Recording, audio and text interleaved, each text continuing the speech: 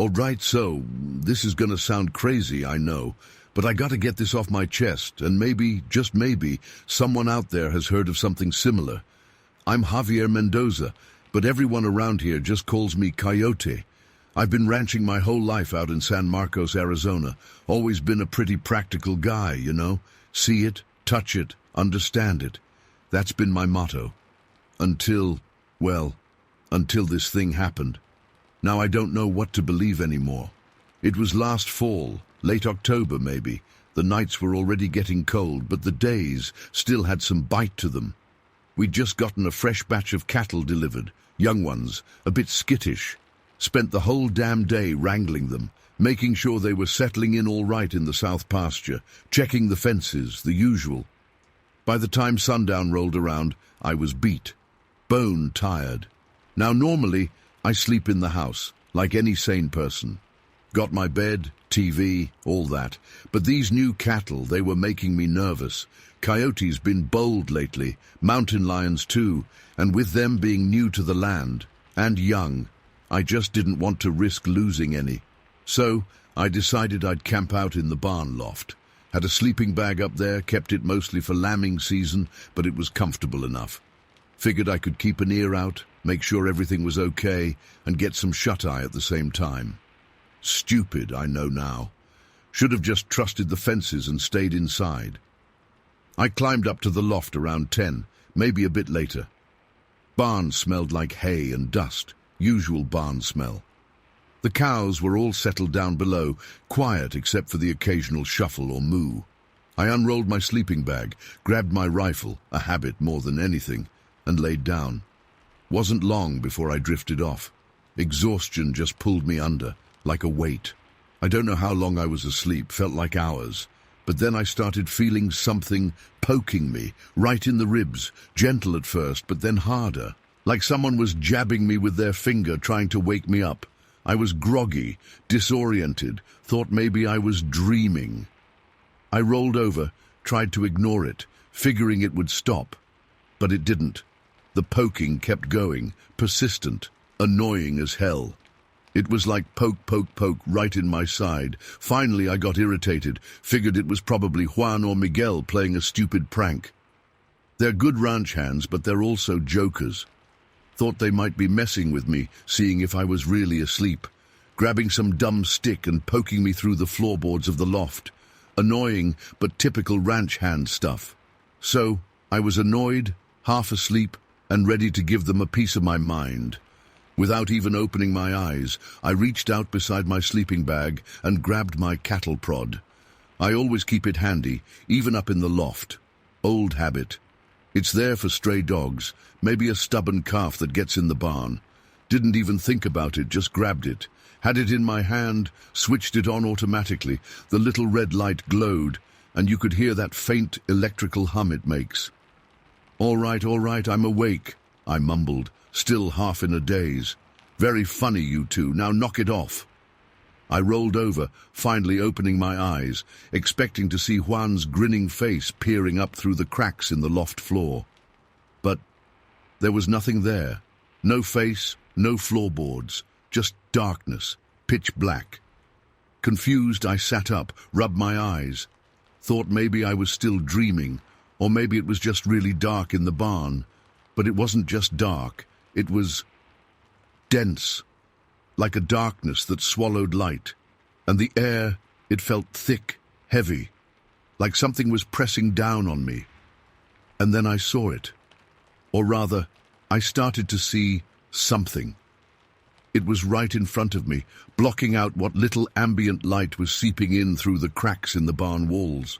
It was just a shape at first, a massive, hulking shape in the darkness. I blinked, thinking my eyes were still adjusting, but the shape didn't go away.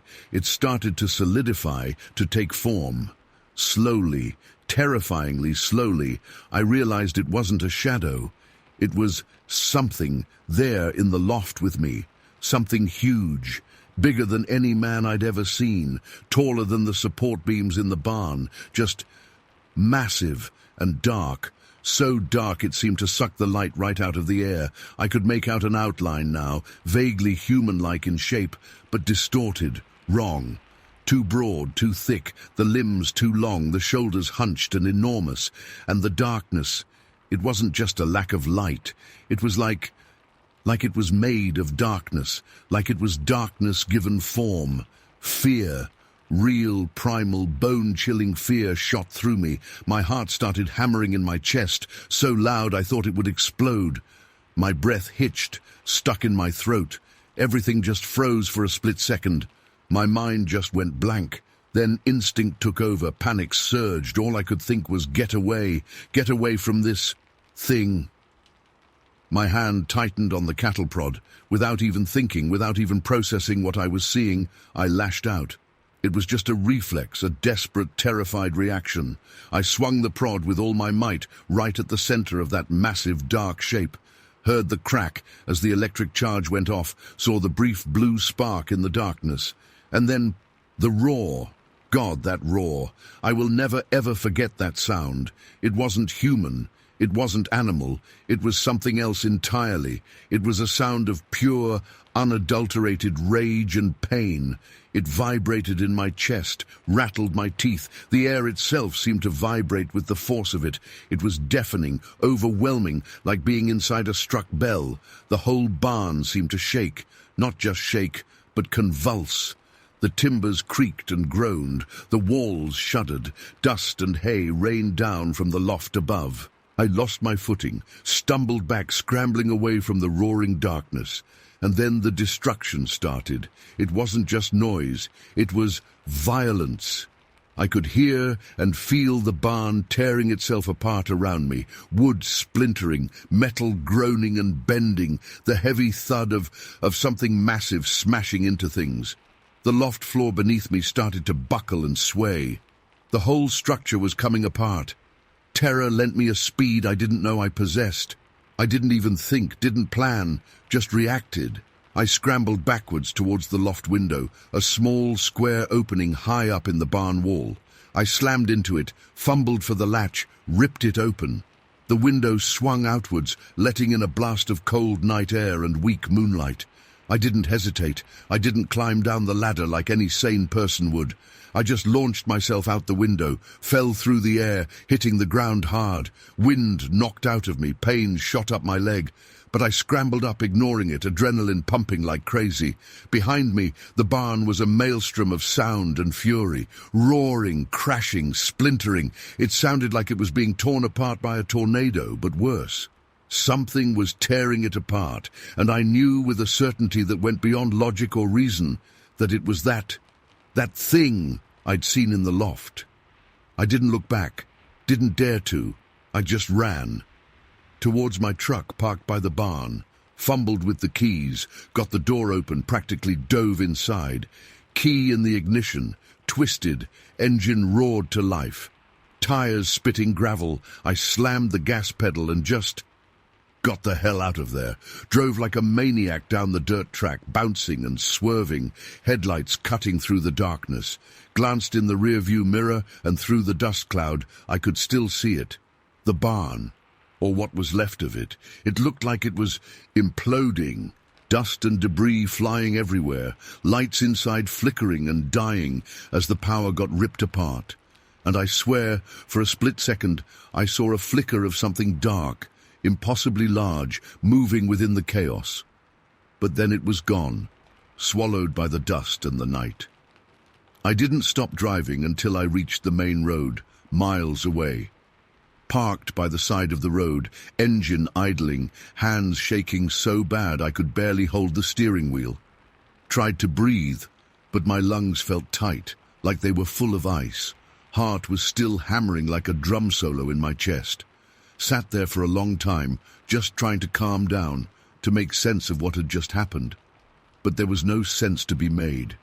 It was all insane, impossible, a nightmare, but the smell of wood smoke drifting on the wind from the direction of the ranch, that was real. The pain in my leg from jumping out the window, that was real. The memory of that roar, Jesus Christ, that was real. Couldn't bring myself to go back to the ranch that night. Drove to a motel in town, booked a room, just sat on the bed staring at the wall for hours. Didn't sleep a wink.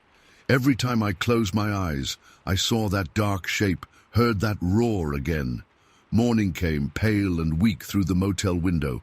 Dragging my feet, feeling like I'd aged 10 years overnight, I drove back to the ranch. What I saw, I don't even know how to describe it. The barn, it was gone, not just collapsed. Destroyed. Like a bomb had gone off inside it. The roof had caved in, walls were shattered, timbers were splintered and scattered everywhere. It was just a mangled pile of wood and metal. My tractor, parked beside the barn, was overturned, wheels spinning in the air. Sections of the fence surrounding the pasture were ripped apart, like they'd been hit by a truck. And the cattle, Jesus, dead. Several of them, lying scattered around the pasture, twisted, broken. Others were still alive, but badly injured, moaning and thrashing. It was a massacre, a slaughterhouse. Walked around in a daze, just staring at the wreckage. Couldn't believe my eyes. This was not normal. This wasn't a coyote attack. This wasn't a bear or a mountain lion or a tornado.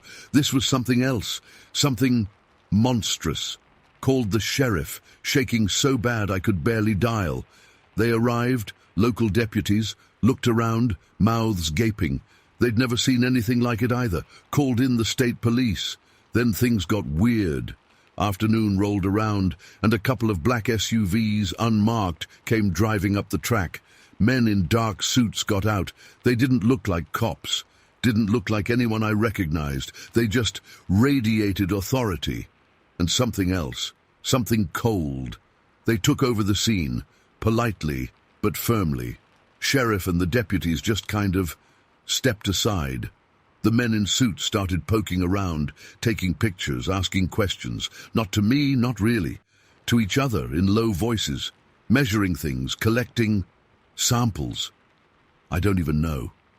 Eventually, one of them, a guy with grey hair and sharp eyes, came over to me, asked me what I'd seen. I told him, stammering, stumbling over the words, trying to explain about the poking, the dark shape, the roar, the destruction.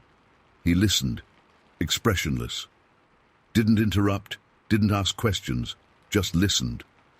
When I finished, he just looked at me for a long, silent moment. Then he said, in a quiet, level voice, "Mr. Mendoza, this was a very unusual incident, a natural event, likely intensified by recent weather patterns." "Weather patterns?" I croaked. "What weather patterns tear a barn apart and kill cattle like that?" He just kept looking at me. "There's no need for you to concern yourself with the details, Mr. Mendoza. We will handle everything from here, and it's important that you don't discuss this with anyone. Not the locals, not the press, nobody. It would only cause unnecessary alarm." "But what was it?" I pleaded. "What did I see?" He just gave me a thin, tight smile. "You saw a storm, Mr. Mendoza. A very powerful, localized storm. That's all." And that was it. They paid me off for the damages, handsomely. More than enough to rebuild the barn and replace the cattle. But they made it clear, very clear, that the money came with a price. Silence. Absolute silence. Never to speak of what happened. Never to speculate, just accept their storm explanation and move on. They packed up their SUVs and drove away, leaving me standing there in the wreckage, feeling more confused and scared than ever. The local cops just shrugged, said they were told to stand down, and left too. I was alone again, with the dead animals, the ruined barn, and a pocket full of hush money. I rebuilt the barn, of course. Had to. Life goes on. Got new cattle, tried to get back to normal, but things aren't normal anymore. Not for me. I still hear that roar in my sleep sometimes. Still see that dark shape in my nightmares. I know what I saw. I know it wasn't a storm. It was something else. Something ancient, something angry, something other. And I know they know it too. Those men in black. They knew exactly what it was. And they were terrified of it, just like I was. So here I am, years later, still living on the ranch, still a pragmatic guy. But now I look at the darkness differently. Now, When the wind howls at night, I listen a little closer. Now, when the shadows lengthen, I glance over my shoulder. Because I know there are things out there, beyond our understanding, hidden in the darkness, that can tear apart our world and our sanity in an instant. And sometimes they poke you in the ribs just to see if you're awake. I still have the cattle prod, by the way. It's in my bedside table, loaded and ready. Don't know if it would do any good against something like that again. Probably not. But it makes me feel a little less helpless. Maybe. Anyway, that's my story. Probably sounds insane, I know. But it happened. Every damn word of it. And I'm still living with it. Still wondering, what the hell was that thing and what did I wake up? Story 2. The smell hit me first, rotten and sickly sweet, like something died but not in the normal way animals die in the woods. It was thicker than just a bad smell. It coated the back of your throat, made your eyes water even before you knew what it was. We'd set up camp earlier that day, August, must have been 72. Whisper River, they called it, up in Canada near Alderwood. My dad loved this spot, said it was untouched, real wilderness. I was 10, and wilderness to me was just dirt, trees and bugs. But Dad made it sound like something special. We always did this annual camping trip, same time every year. Usually pretty boring, if I'm honest. Dad fishing, Mom reading, me poking sticks at things. But that day was different. We were supposed to have a picnic. Mum had packed hot dogs, which was like gold for a 10-year-old in the woods. We were a bit away from the actual campsite, closer to the riverbank, where there was this big, flat rock, perfect for spreading out a blanket. Dad was struggling with the Coleman stove, as usual. Mum was getting out the drinks. I was bouncing on my toes, practically vibrating with hot dog anticipation. "Benny, why don't you go back to the campsite and get the buns?" Mom asked, nodding towards the path that snaked through the trees. "They're in the green bag by the tent." Easy peasy, hot dogs were on the line. I took off like a shot. It wasn't a long walk, maybe 5 minutes even if you took your time. But I was a kid, and speed was the name of the game. The path was dappled sunlight and shadow. The woods were buzzing with insects, the normal summer sounds you barely even notice after a while. I was practically running, imagining the first bite of that hot dog, when I walked right into that smell. It was like a wall, just bam, suddenly there, thick and suffocating. I stopped dead in my tracks, almost gagged. It was so overpowering. My stomach lurched.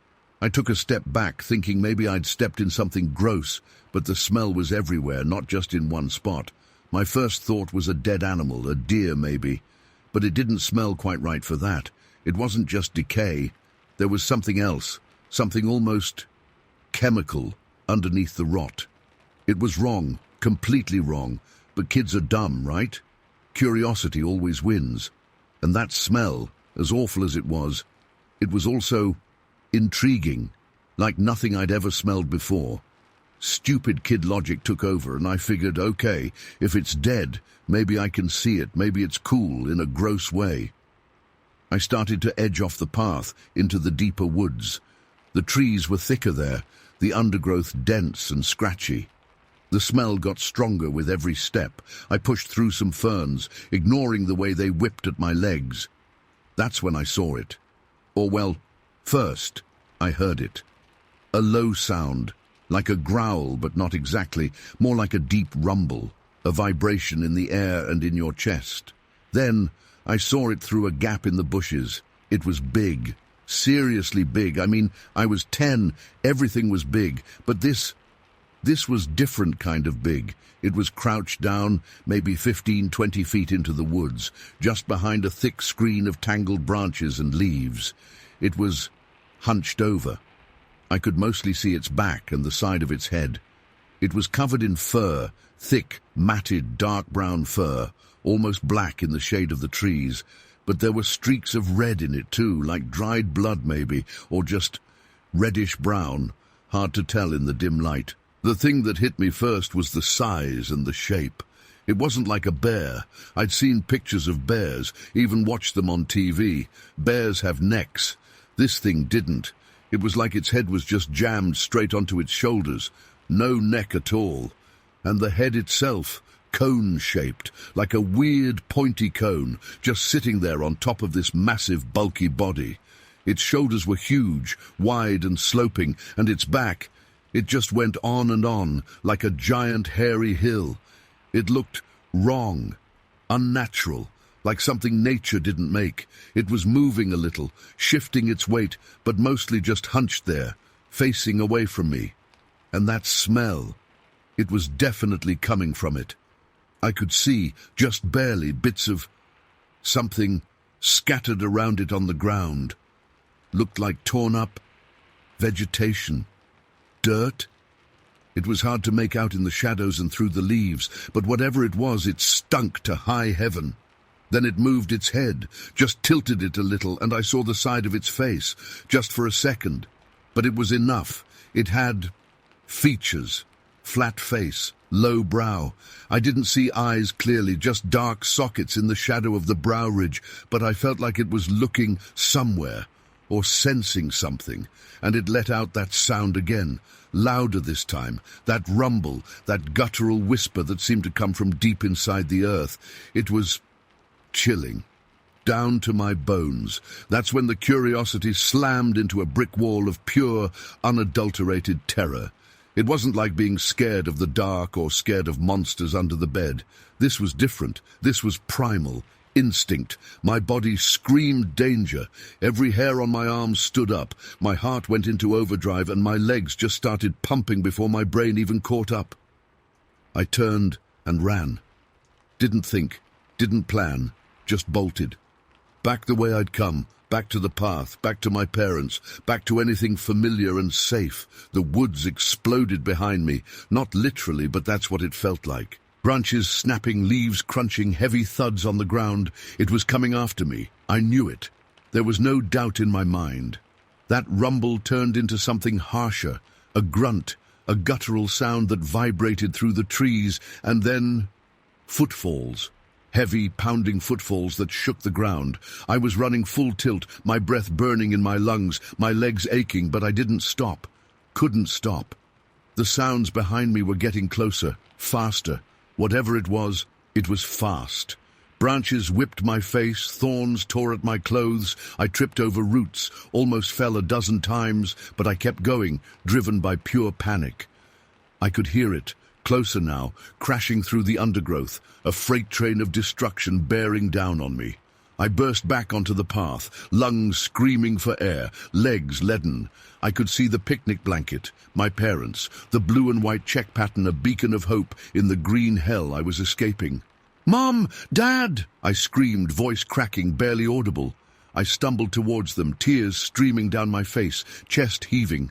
They looked up, startled. "Benny, what in the world?" My mum started to say, but I just crashed into her, grabbing onto her legs, burying my face in her jeans.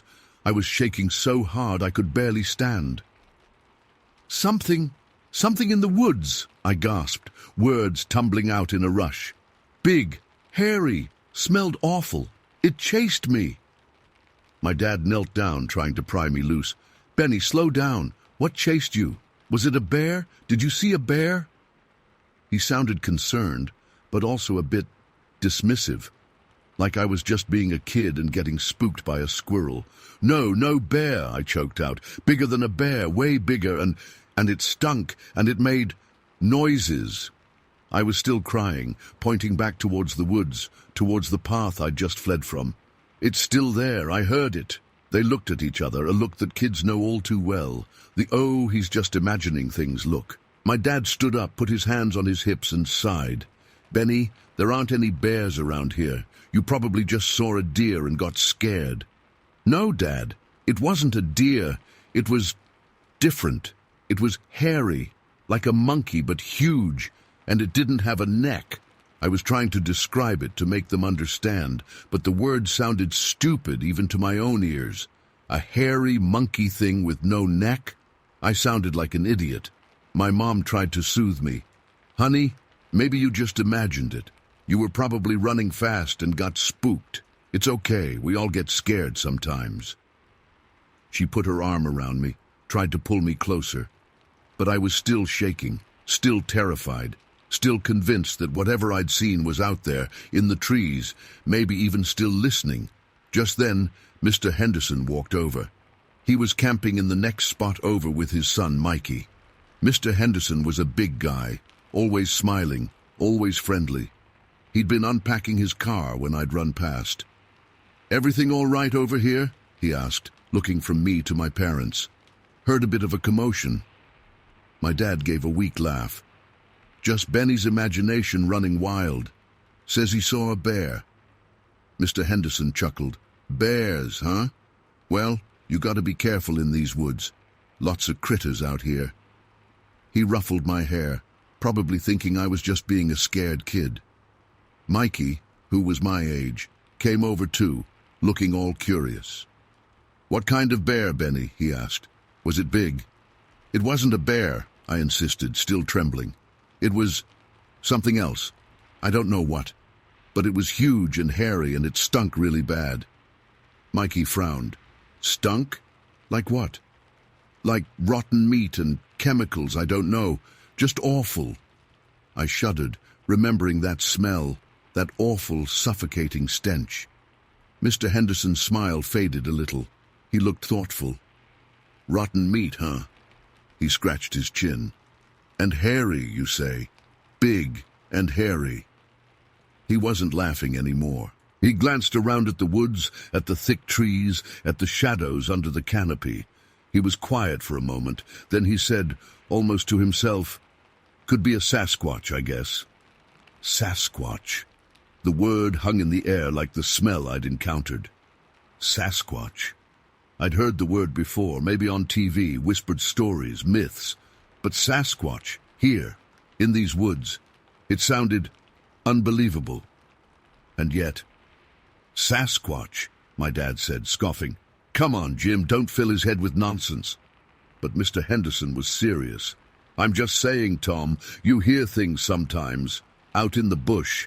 Folks talk, stories about hairy men, big footprints, weird smells." He shrugged. "Just saying it's possible." Mikey's eyes went wide. "Sasquatch, like Bigfoot." He whispered the word, like it was something sacred, something dangerous.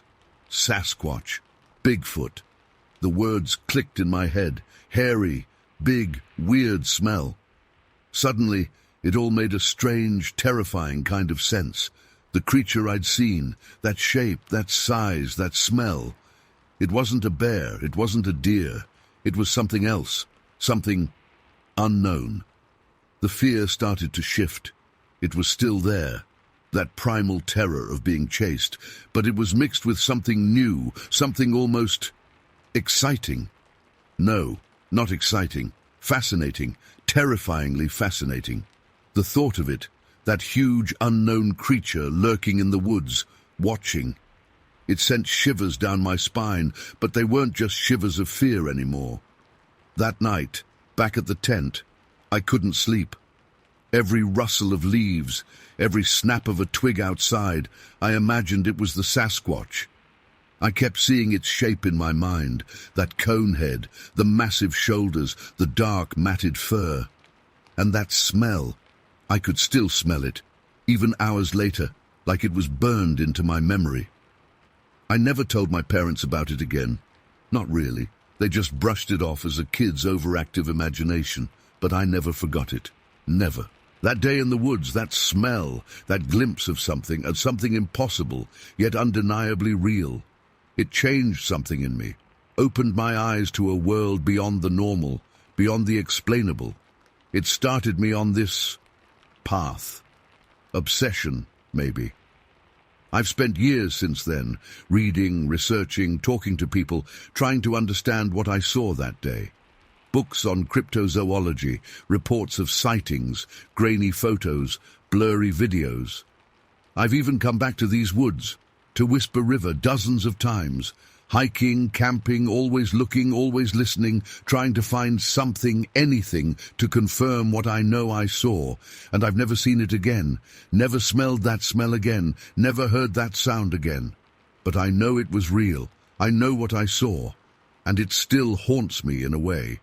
Not in a nightmare way, but in a unsettling way. Like a question mark hanging in the air, a puzzle with missing pieces, a mystery that will never be solved. Sometimes, late at night, when everything is quiet, I still think about that creature in the woods. I wonder what it was doing, what it was eating, why it smelled so awful. I wonder if it's still out there, somewhere in those deep Canadian woods, still watching, still whispering in the trees. And I realize, I don't know. I still don't know what it was. And maybe I never will, but I'll never forget that smell. And I'll never forget the fear, the real, raw, terrifying fear of coming face to face with something completely unknown. That feeling, it's still with me, even now. And that's the scariest part of all. Story 3. It's still messing with me, you know.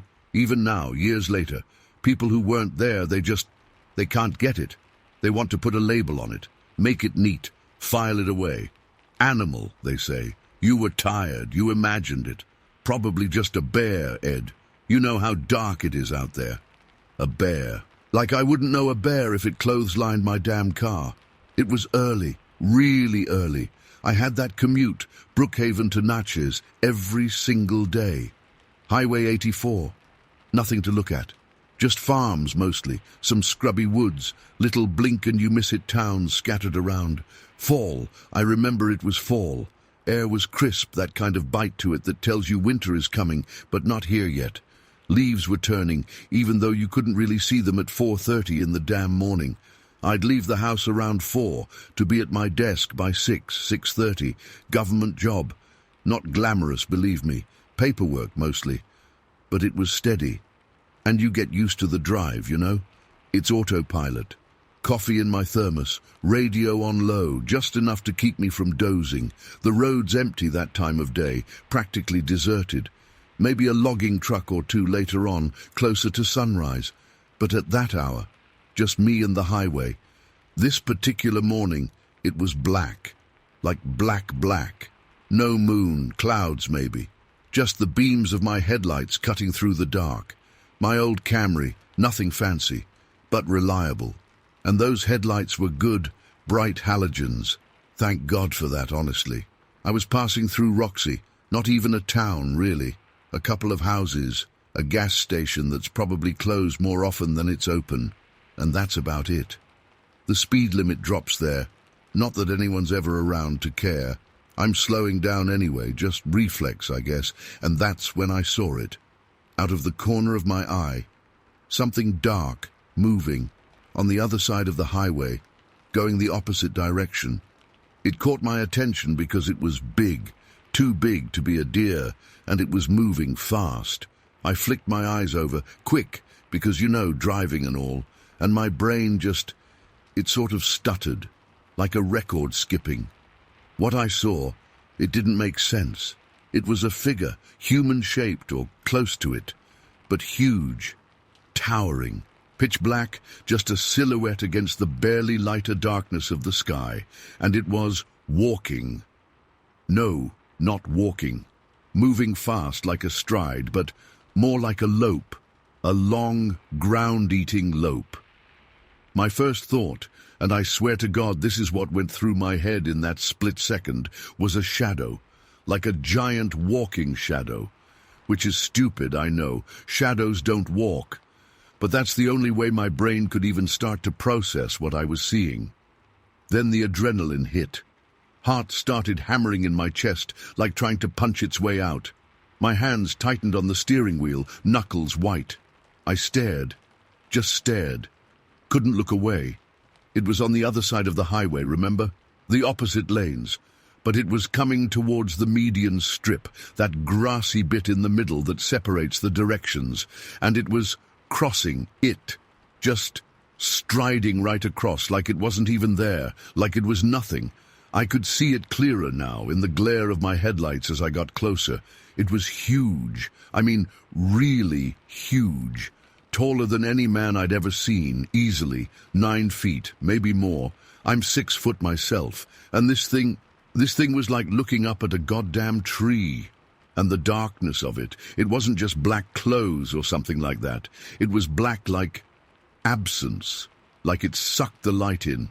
Hard to explain, but it was darker than the dark around it. Does that even make sense? It was moving so fast, but it didn't look like it was running. It was this fluid, powerful motion, like it was barely trying. Long arms swinging, almost reaching the ground with each swing.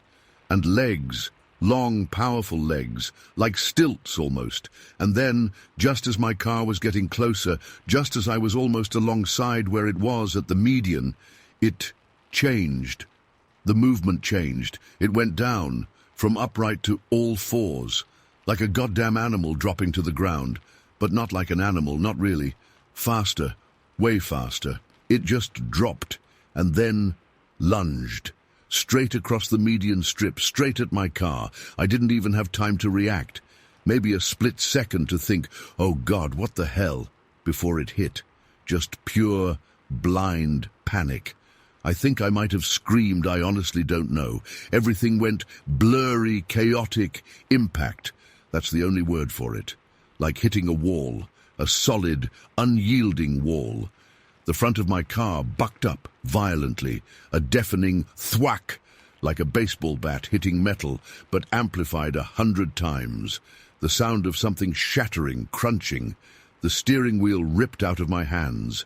I was thrown sideways in my seat, slammed against the door. Everything was spinning, the world turning inside out, metal screeching, tires screaming, the engine whining like it was being tortured. I was completely out of control. The car was spinning, round and round on the highway. I remember flashes of headlights in my eyes, then total darkness, then headlights again, over and over, like a strobe light, but terrifying. My stomach lurched, everything went cold and clammy. I was fighting the wheel, stomping on the brakes, trying to get some grip, some control, anything. But it was no use. The car was just a toy being tossed around. Then, just as suddenly as it started, it stopped. Or rather, I stopped. The car lurched one last time, shuddered, and then went silent. Dead still, except for my own ragged breathing roaring in my ears. Everything was quiet, eerily quiet. The engine was off. Radio was silent. No other cars. Just silence.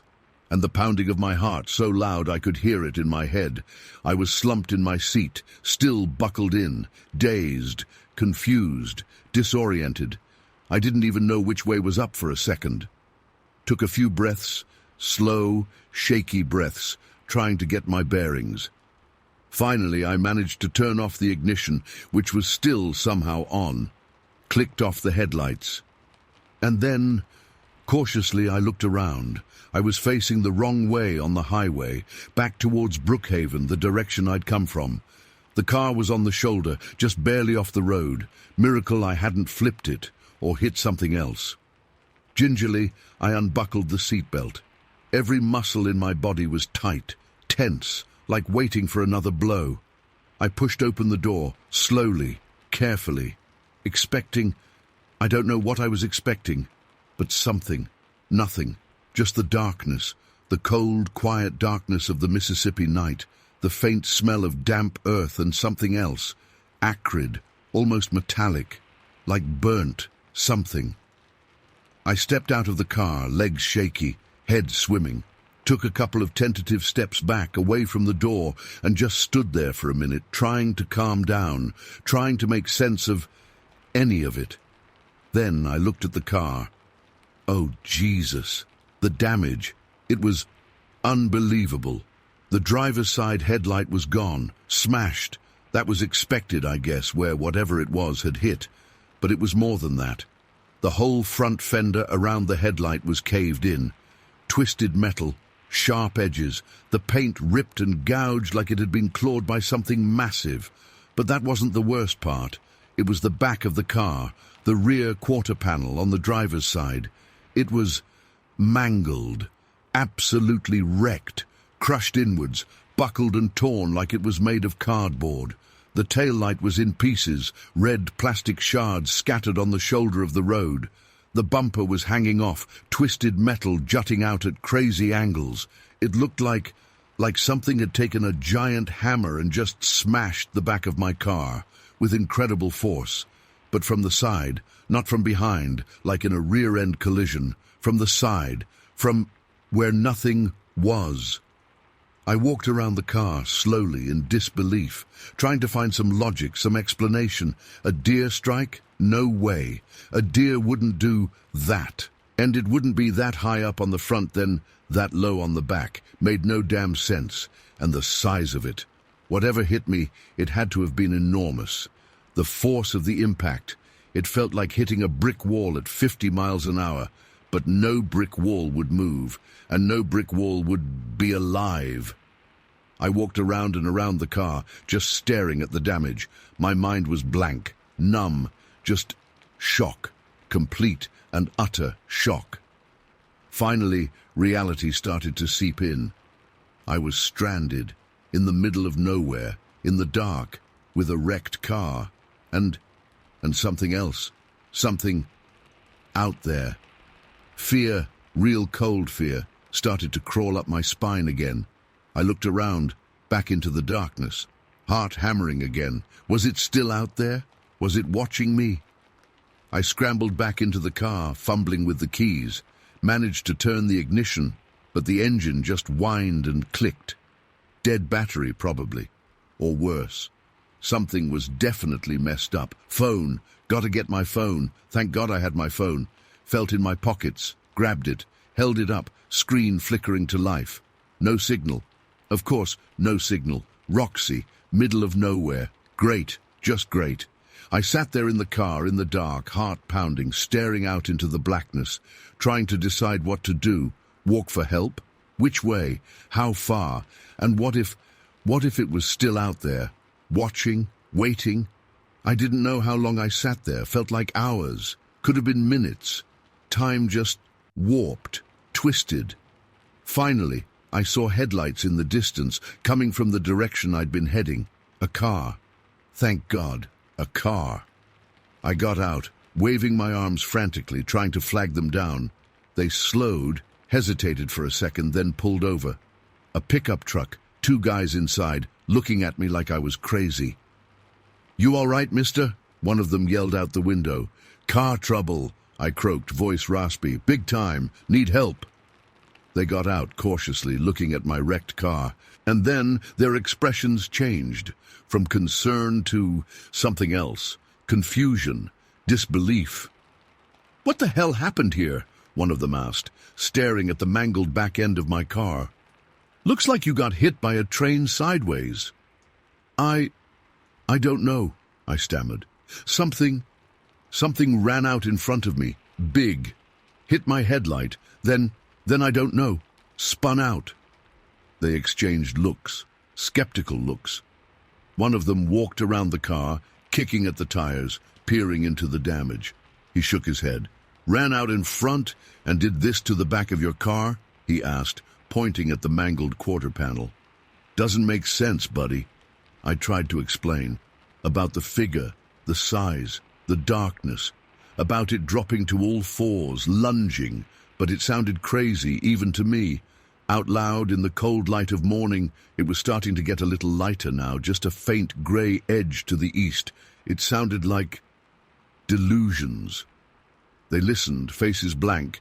Then finally one of them said, "Look, mister, we'll give you a ride back to Roxy, to the gas station. They got a phone there. You can call for a tow, whatever, but I think you might have hit a deer and just lost control, spun out. Happens all the time out here." Deer. Right. A 9-foot-tall, shadowy walking deer that can crush steel with its head and then magically mangle the back of your car in mid-air. Sure, a deer. I didn't argue. What was the point? They weren't going to believe me. Nobody would. They gave me a ride to the gas station. The old guy there was just as skeptical when I told him my story. He just chuckled, patted me on the shoulder and said, "Long night, huh? Coffee's hot." The cops came later after the tow truck. State trooper, young guy, bored expression. Took my statement, mostly just writing down single vehicle accident. Asked if I'd been drinking. I swear to God he looked at me like I had damaged my own car with a sledgehammer and was making up a story. At work, forget about it. I told my boss I had to, explained why I wouldn't be in. He gave me this tight, thin-lipped smile and said, "Ed, you okay? You seem a little stressed." Then the joke started. Ed met the Roxy rattlesnake. "Did Bigfoot hitch a ride, Ed?" Laughing, pointing, whispering behind their hands like I was some kind of freak. They made me take a drug test, alcohol test. Came back clean, of course, but the looks didn't stop. The whispers didn't stop. I became Crazy Ed overnight. I stopped talking about it, shut down, just did my work, kept my head down, drove that damn highway every day, heart pounding every time I passed Roxy, every time it got dark. The insurance. They paid for the damage after a lot of back and forth. Act of God, the adjuster said with a straight face. Unexplained event. Even he didn't believe the deer story, but unexplained event was as close as he'd get.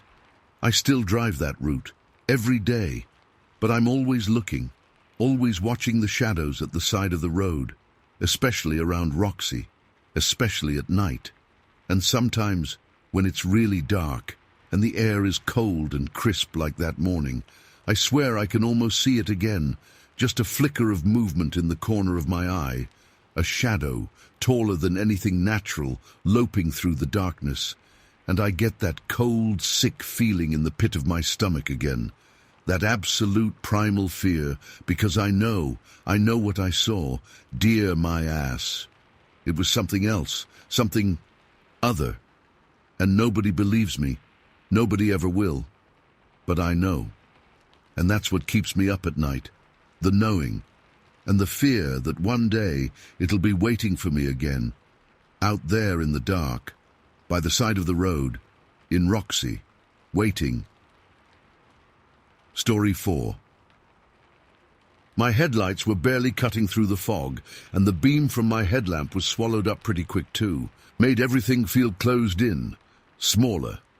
Usually I don't mind that, but this night felt different, heavy, like something was pressing down on you. Even the air felt thick. I'd been at it for a couple of hours, engine whining, teeth of the saw biting into cedar, and honestly I was starting to get tired. Figured I'd cut a few more rounds and then call it quits for the night. That's when the saw sputtered and died. Damn thing ran out of gas. Should have checked it before I started, but my mind was wandering. It was just the quiet after that sudden roar of the chainsaw stopping that got to me first, I think. Complete silence. You forget how quiet the woods can be sometimes, especially when you're used to that constant noise of the machine, and it was quiet in a way that felt wrong. Like everything else had gone silent too, not just the saw. No wind rustling the branches, no crickets, not even the usual hoot of an owl way off in the distance. Just nothing. I took off my gloves, tucked them into my jacket pocket, and went to grab the gas can from the truck. It was parked maybe 150 feet back up the logging road, just past a bend where it opens up a bit. I always park it where I can see it from where I'm working, just a habit from years in the woods. But this time, walking those few steps in the quiet felt like walking a mile. My boots crunched on the gravel of the logging road, loud in the stillness, and each step felt heavier than the last. I got to the truck, grabbed the can, and turned to go back. And that's when I saw it. It wasn't a sound, not at first. It was just a shape.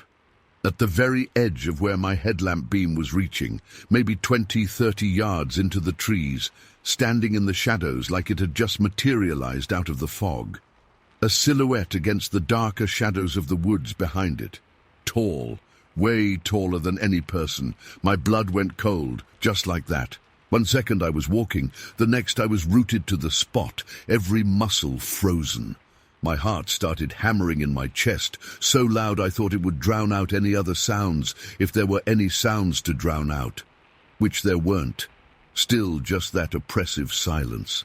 I squinted, trying to make sense of it. Fog plays tricks on your eyes, especially out here in the deep woods. Maybe it was just a weirdly shaped tree, branches tangled together. But trees don't have eyes. And this thing, this silhouette, it had eyes, reflective, burning points of light staring right at me from the dark, like embers in the gloom. And they weren't just dots. They were big, set wide apart. Too wide for a deer, wrong color for an owl. And they were definitely watching me. Slowly, like pulling myself through thick mud, I brought my headlamp up a little higher, trying to get more light on whatever it was. The fog shifted a little, and for a split second, everything became a bit clearer, just enough to make out the shape of it. Bipedal. Definitely standing on two legs. Massive. It had to be 8, maybe 9 feet tall, just judging by how high those eyes were off the ground. And it was broad, bulky, not skinny like a person would be at that height. It was solid. And it was just standing there, motionless, just inside the tree line, staring. I could see more than just the eyes now, just fleeting glimpses in the fog wisps. Dark shape, arms, crossed. Yeah, crossed across its chest, like it was just leaning against a tree, taking a break. Except there wasn't any tree right there for it to be leaning against. And it was huge, and its eyes, those eyes were burning into me. My brain short-circuited. Logic just packed up and left. Tree, animal, nothing in my experience, nothing in anything I'd ever heard of explained what I was looking at. All I knew, all I felt was pure, unadulterated terror. The kind that seizes you from the inside out, leaving you gasping for air that feels too thin to breathe. Every instinct screamed at me to run, to get away, now. And suddenly, my frozen muscles unlocked. I didn't even think, didn't hesitate. I dropped the gas can right there in the dirt, didn't care about the saw, didn't care about the wood, didn't care about anything except putting distance between me and those eyes. I spun around and ran, full tilt, adrenaline pumping like crazy, back towards the truck. Felt like I was stumbling, tripping over my own feet in my panic. Branches snagged at my jacket, the ground was uneven and rutted, but I didn't slow down, couldn't slow down. That feeling of being watched, of those eyes still boring into my back, it pushed me on. I could hear my own breath coming in ragged gasps, hear my boots pounding on the gravel. But above that, or maybe under it, I thought I heard something else. A heavy shuffle, movement in the woods, parallel to me, like something big was moving through the undergrowth, keeping pace. I didn't dare look back, just kept running, pumping my arms, pushing myself harder. Finally, I reached the truck, fumbled with the keys, hands shaking so bad I almost dropped them. Got the door unlocked, yanked it open, and scrambled inside, practically falling into the seat. Didn't even buckle up, just jammed the key into the ignition and twisted. Engine roared to life, bless its heart, slammed it into drive, foot down on the gas, tires spitting gravel as I tore out of there. Looking in the rearview mirror, just seeing the darkness swallow up the taillights behind me, the fog still swirling, but no sign of it. Didn't stop driving until I hit the main road. Didn't even slow down, just kept going, hands clamped tight on the wheel, knuckles white. Trying to breathe, trying to calm down, but my heart was still racing, adrenaline still surging. I felt clammy and cold, and my legs were shaking so bad I could barely feel the pedals. Drove straight home. Didn't even stop for coffee, didn't stop for anything. Got back to my place, locked the doors, drew all the curtains, and just sat there in the dark for a while, trying to make sense of what had happened, or trying to convince myself it hadn't happened at all, that it was just some trick of the fog and my tired mind. But those eyes, I couldn't shake the image of those eyes, and the size of it, the way it just stood there, so still, so present. It was real. I knew it was real. But what the hell was it? Couldn't sleep that night. Every creak of the house, every rustle of leaves outside the window had me jumping. Felt like those eyes were still out there, somewhere in the dark, watching. Next day, I was a mess. Didn't go back to work, couldn't even think about going back to those woods. I felt violated somehow, like something unclean had touched me, kept seeing that silhouette in my mind, replaying it over and over. Finally, in the afternoon, I called JC, John Carpenter. Well, people call him a Sasquatch investigator, I guess. He's been interested in that kind of thing for years, spends a lot of time out in the woods, knows the area like the back of his hand. Figured if anyone would have some idea what I saw, it would be him. I told him the story as calmly as I could, trying not to sound like a complete lunatic. He listened without interrupting, just asking a few questions here and there. When I finished, there was a long pause on the other end of the line. Then he said, "Kent, that sounds intense." That was JC for you, always understated. "You said you saw footprints?" No footprints. It was just standing in the undergrowth on leaf litter and stuff. I didn't see the ground around it clearly. I'd been too focused on the thing itself. He thought for another moment. "Look, I'm heading out that way tomorrow anyway, doing some checking on a different lead. How about I swing by your place in the morning? We could go back out to where you saw it. Take a look around in daylight." I hesitated. Part of me really didn't want to go back there. The thought of it made my stomach clench, but another part of me, well, I needed to know, needed to try and make some sense of it. "Yeah, okay," I said. "Yeah, I guess so. Morning sounds good." JC picked me up around 10 the next morning, brought his buddy Drew with him, another guy who was into the woods and all that. Felt a little better having them with me, felt a bit safer, even in daylight. We drove back out to the logging road. Daylight was different, of course. The fog was gone. The sun was trying to break through the clouds. The woods looked ordinary. Just trees and underbrush and mud and gravel. Almost made me think I really had imagined it all. We parked where I had parked the night before, got out, and JC started looking around. Drew was just kind of hanging back, quiet. I pointed JC to the spot where I'd been cutting wood, then to where I'd seen it. JC walked over to the tree line, his eyes scanning the ground. He was a tracker, could spot things I'd miss a mile away. After a few minutes he stopped, crouched down and pointed. "Tracks," he said. "Take a look at these." Drew and I went over, and there they were, in the soft, damp earth just off the edge of the logging road, clear as day. Footprints, big ones, ridiculously big, bipedal, definitely. 5-toed, human-like shape, but distorted, lengthened, broadened, and massive. Each track was at least 18 inches long, maybe even 20, deeper than any human footprint would be, sunk into the mud like something incredibly heavy had stepped there. I just stared at them, my stomach doing another flip. These weren't bear tracks, weren't deer, weren't anything I recognized. These were its tracks. JC was tracing the outline of one with his finger, his brow furrowed. "Definitely bipedal," he muttered, "and heavy, real heavy." He stood up, looking around. "Let's see where they go." He started following the tracks into the woods. Drew and I trailed behind him, quiet now. The sunlight didn't reach deep into the woods. Even in daytime it felt dim and shadowy under the canopy.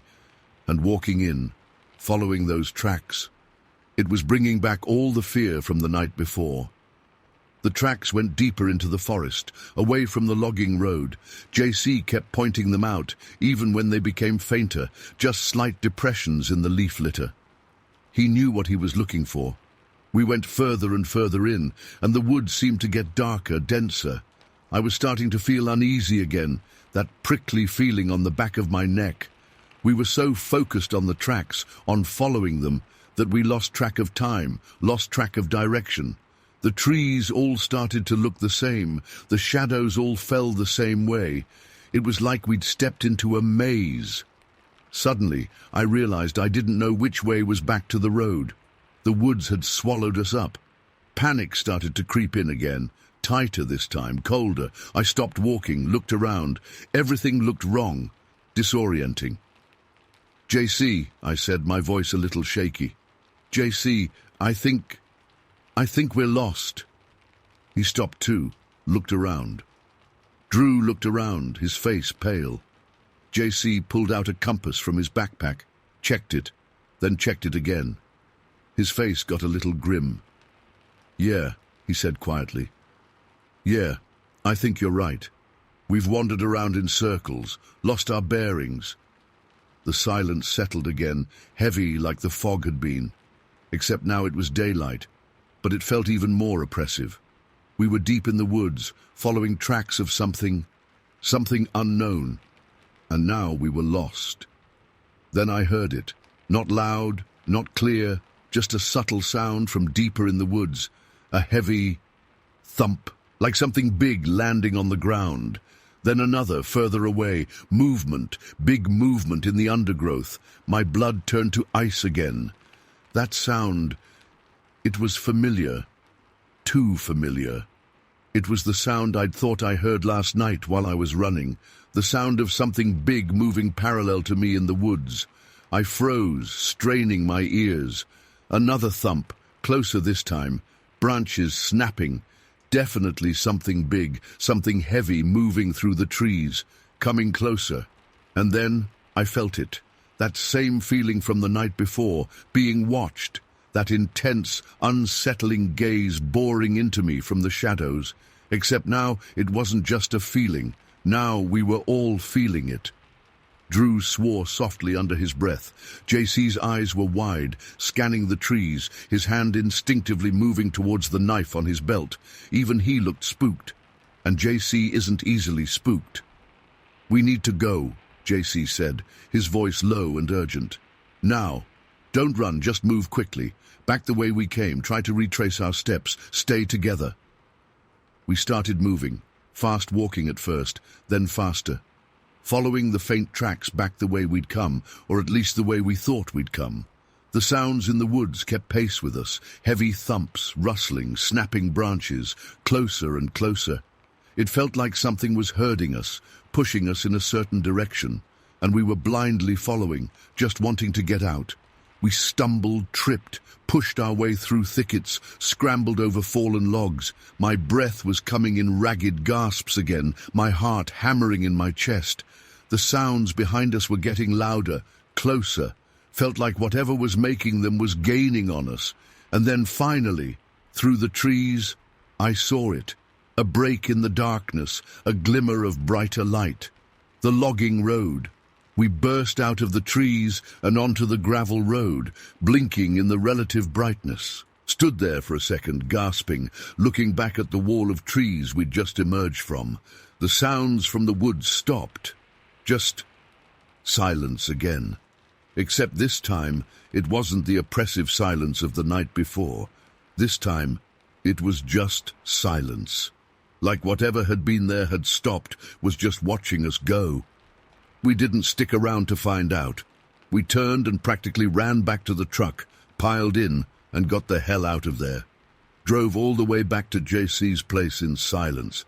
Nobody said a word until we were inside, sitting at his kitchen table with mugs of hot coffee in our hands. What was that?" Drew finally asked, his voice still shaky. "Out there, in the woods." JC just shook his head, staring into his coffee. "I don't know, Drew," he said slowly. "I honestly don't know. But I think we were lucky to get out of there. I haven't been back to those woods since. Haven't cut firewood. Haven't even driven down that road. I still work in the woods. It's my job, my life. But I stick to different areas now. Areas that feel safer. Areas where I don't have that constant feeling of looking over my shoulder, of waiting to see those eyes again in the shadows. I tell myself it was probably just a bear, a really big bear standing on its hind legs, fog playing tricks, sounds magnified in the quiet night. Tell myself that over and over again, trying to make it stick. But deep down I know that's not true. I know what I saw, and I know what we heard and felt in the woods the next day. And it wasn't a bear. Sometimes late at night, when the fog rolls in thick and the wind howls outside my window, I think about those eyes, and I wonder what it was, what it is, still out there in those woods, watching, waiting. And I shiver, even now, just thinking about it. And I know, with a certainty that chills me to the bone, that whatever it was, it saw us too. And it let us go. And I have no idea why. Story 5. I went to the kitchen, grabbed a bottle of water, and just stood by the back door, staring out. Our backyard faces this little patch of woods, mostly pine trees and stuff, and we've got these motion sensor lights on the garage. Usually, they only go on if a deer wanders too close or the wind really kicks up and moves the branches around. But that night, they were on, just glowing softly, and they stayed on. That's what caught my attention, I guess. It wasn't like they flickered on and off, which happens all the time. They were just steady, bathing that side of the yard in this kind of weak, yellow light. It felt off. I don't know how else to describe it. Just a feeling in my gut that something was different. So I decided to go out and check. Honestly, I figured it was just some animal messing around near the garage again. We get raccoons sometimes, maybe even a skunk now and then. I opened the back door real quiet, not wanting to wake my wife. The air outside was still heavy, but a little cooler than inside. I walked across the lawn towards the garage, the grass damp under my bare feet. Everything was still, except for the crickets chirping like crazy. As I got closer to the garage, I could hear this sound coming from the big oak tree near the corner of our property. We have this old oak tree. It's massive, must be 100 years old at least. This sound, it wasn't quite a squeak, not really a chirp. It was scratchy, like something was rubbing wood together, but high-pitched, almost like a whine. I can't really explain it. At first I just thought squirrel, probably. We have squirrels all over the place, but this didn't sound like a squirrel. It was weirdly rhythmic, almost like a pattern. Curiosity just took over, I guess. Dumb curiosity. I walked over to the oak tree, real slow and quiet. The garage lights were casting long shadows, making everything look kind of strange and distorted. The sound was coming from higher up in the tree. I strained my eyes, trying to see through the leaves, but it was too dark, even with the garage lights. I took another step closer to the trunk, and that's when I saw it. It was on a branch, maybe 10 feet off the ground, just sitting there. At first, I just saw a dark shape. It was sort of hunched over, blending in with the shadows and the bark. Then it moved slightly, and the light caught it, and my heart just slammed into my ribs. It looked like... I honestly don't know what it looked like. It wasn't an animal I'd ever seen before. Definitely not anything from around here. It was sitting on this thick branch, almost nestled into the fork of 2 smaller branches, and it was staring right at me. Its eyes, they were the first thing I really noticed. Big, dark, almond-shaped, and they reflected the light just a little, just enough to make them stand out in the darkness. They weren't like animal eyes, like a deer or a raccoon reflecting light. These were different. They seemed intelligent. That's the only word for it. They looked like they were looking at me, really looking, like they were trying to figure me out. As my eyes adjusted, I started to make out more of it. Its face was black. Completely black, like no fur, no hair, just smooth, dark skin. And its hands, they were black too. I could see them gripping the branch, and they looked like hands. Not paws, not claws. Hands, with fingers, and a thumb. I swear it had a thumb. The rest of its body was covered in fur, brownish gold, kind of shaggy looking. Not like a bear. The fur was finer, softer looking. It wasn't bulky like a bear either. It was leaner, more agile looking. It was about the size of a medium-sized dog, maybe a bit bigger, but it was perched up on the branch, kind of crouched, so it was hard to tell exactly. I just stood there, frozen, staring at it, and it was staring back at me. Neither of us moved. The scratchy sound was still there, but quieter now. It was like it was holding its breath, just like I was. I couldn't believe what I was seeing. My mind was racing. What is that thing? That's all I could think. It wasn't a bear cub. Bears are heavier, bulkier, and they definitely don't have hands like that. It wasn't a coyote, not a dog, not a raccoon, a possum, a skunk. Nothing I recognized. Absolutely nothing. Then, for some reason, this stupid line from an old movie popped into my head. I don't even know why, it just did. It was from some cheesy sci-fi flick I saw years ago, and I said it out loud, real quiet, but I said it. What the hell are you? The sound of my own voice startled me, even though it was barely a whisper. But the creature didn't react.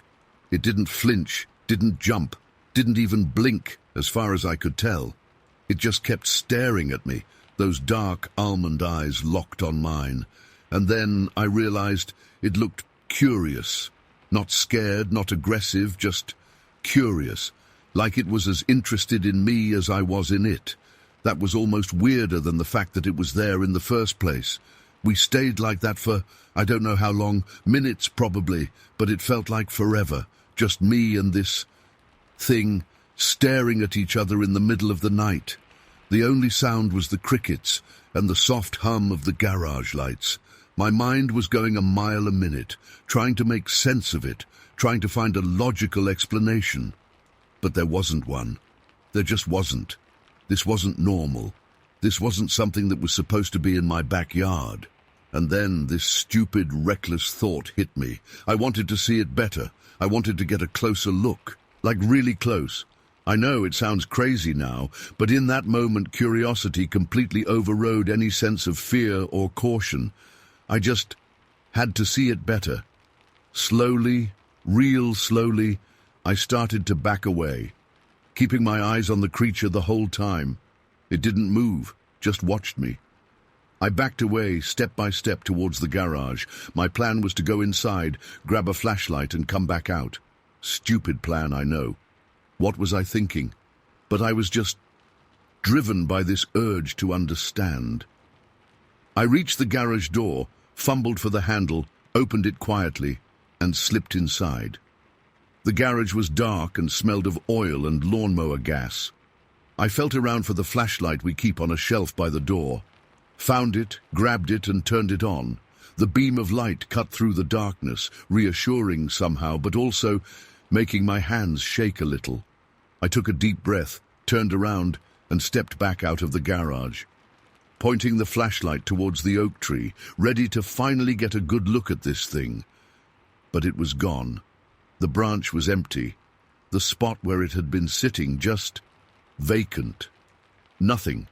Just the leaves rustling slightly in the breeze, and the crickets still chirping, like nothing had even happened.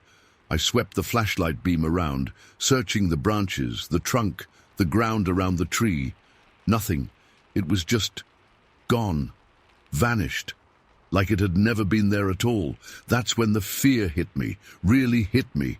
Cold, hard, gripping fear. It wasn't just curiosity anymore. It was something else, something primal. I stood there for a minute, maybe longer, just shining the flashlight around, feeling completely disoriented. Where did it go? How could it just disappear like that? 1 minute it was right there staring at me, and the next, nothing. A shiver ran down my spine despite the heat. I felt exposed, vulnerable, like I'd seen something I wasn't supposed to see, and now what? I didn't know what to do. I wanted to go back inside, lock the doors, and pretend it never happened. But I couldn't. It was burned into my mind. Those eyes, that black face, those hands. I went back inside, heart pounding, locked the back door, checked all the windows downstairs, even though it was probably ridiculous. I went upstairs, back to bed, but I couldn't sleep. I just lay there in the dark, staring at the ceiling, my mind racing. Every little sound outside made me jump. The wind in the trees, a branch creaking, even just the house settling, everything sounded like it could be it. I didn't tell my wife about it that night. I was too freaked out, and honestly, I didn't even know how to explain it. Honey, I think I saw something in the tree. It sounded insane, even to me. She would have thought I was dreaming, or hallucinating, or something. The next day, I went outside, during daylight this time, walked over to the oak tree, looked at the branch where I'd seen it, just a branch, nothing unusual, no fur, no markings, nothing. I searched the ground around the tree, thinking maybe I'd find footprints or something, but there was nothing, just leaves and dirt and pine needles. It was like it had erased itself, like it was never there, and that just made it worse. It made me doubt myself. Maybe I had imagined it. Maybe it was just a trick of the light, my sleep-deprived brain playing tricks on me. But I knew what I saw. I know I did. Those eyes, those hands. That wasn't a dream. I haven't been able to shake it since. Every night, when it gets dark, I find myself looking out the back windows, checking the oak tree, especially when the garage lights come on, just waiting, expecting something, anything. The nights aren't peaceful anymore. They used to be quiet, just the normal night sounds. Now they're filled with this underlying tension. Every little creak, every rustle of leaves makes me jump. The click of the motion sensor lights in the wind, it sends a jolt of anxiety right through me. I keep telling myself it was just an animal I didn't recognize. Maybe some kind of weird raccoon or something. Some animal with an unusual mutation. That's what I tried to tell myself anyway, but deep down, I know it wasn't. It wasn't just some weird animal. There was something else about it. Something in its eyes. Something in the way it looked at me. Something I can't explain. And something that chills me to the bone every time I think about it. I haven't seen it again. Thank God. But I still can't shake the feeling that it's still out there. Watching. Somewhere in the darkness. Just beyond the edge of the light. And sometimes, late at night when everything is quiet, I swear I can still hear that scratchy, whining sound coming from the woods. And I just stand there, frozen again, listening, my heart pounding in my chest, waiting for those garage lights to flicker on, and for those dark almond eyes to appear again in the branches of the old oak tree. And I still have no idea what the hell it was. And that's the part that really gets to you, you know. Not knowing. Just not knowing. And the feeling that whatever it was, it knew more about me than I knew about it.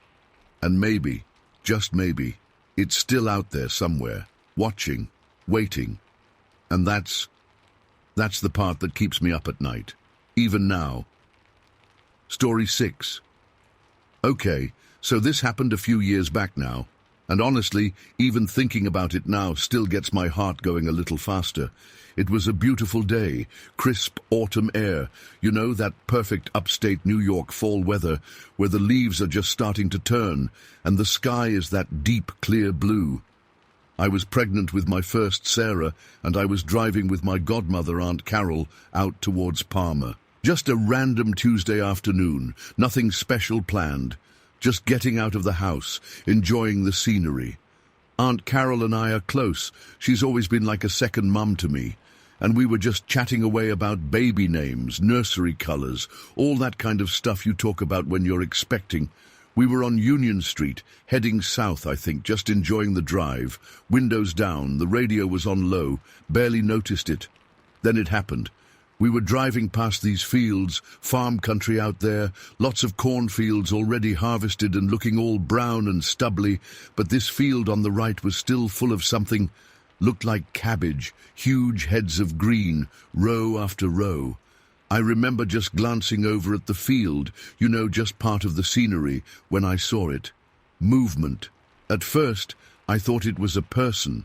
Maybe a farmer or someone working in the fields, although it seemed a bit late in the season for that. But the movement was weird. It was slow, deliberate, but also kind of jerky, not like a normal person walking. I just caught it out of the corner of my eye, but something made me look back. And that's when I saw it properly. It was on the edge of the field, near where the cabbage field met a kind of overgrown patch of woods, a tangle of trees and bushes. It was standing there, just standing, and it was huge. Like, instantly my brain went to, that's not a person. It was tall, I mean tall, way taller than any person I've ever seen. And it was covered in hair, fur. I don't even know what to call it.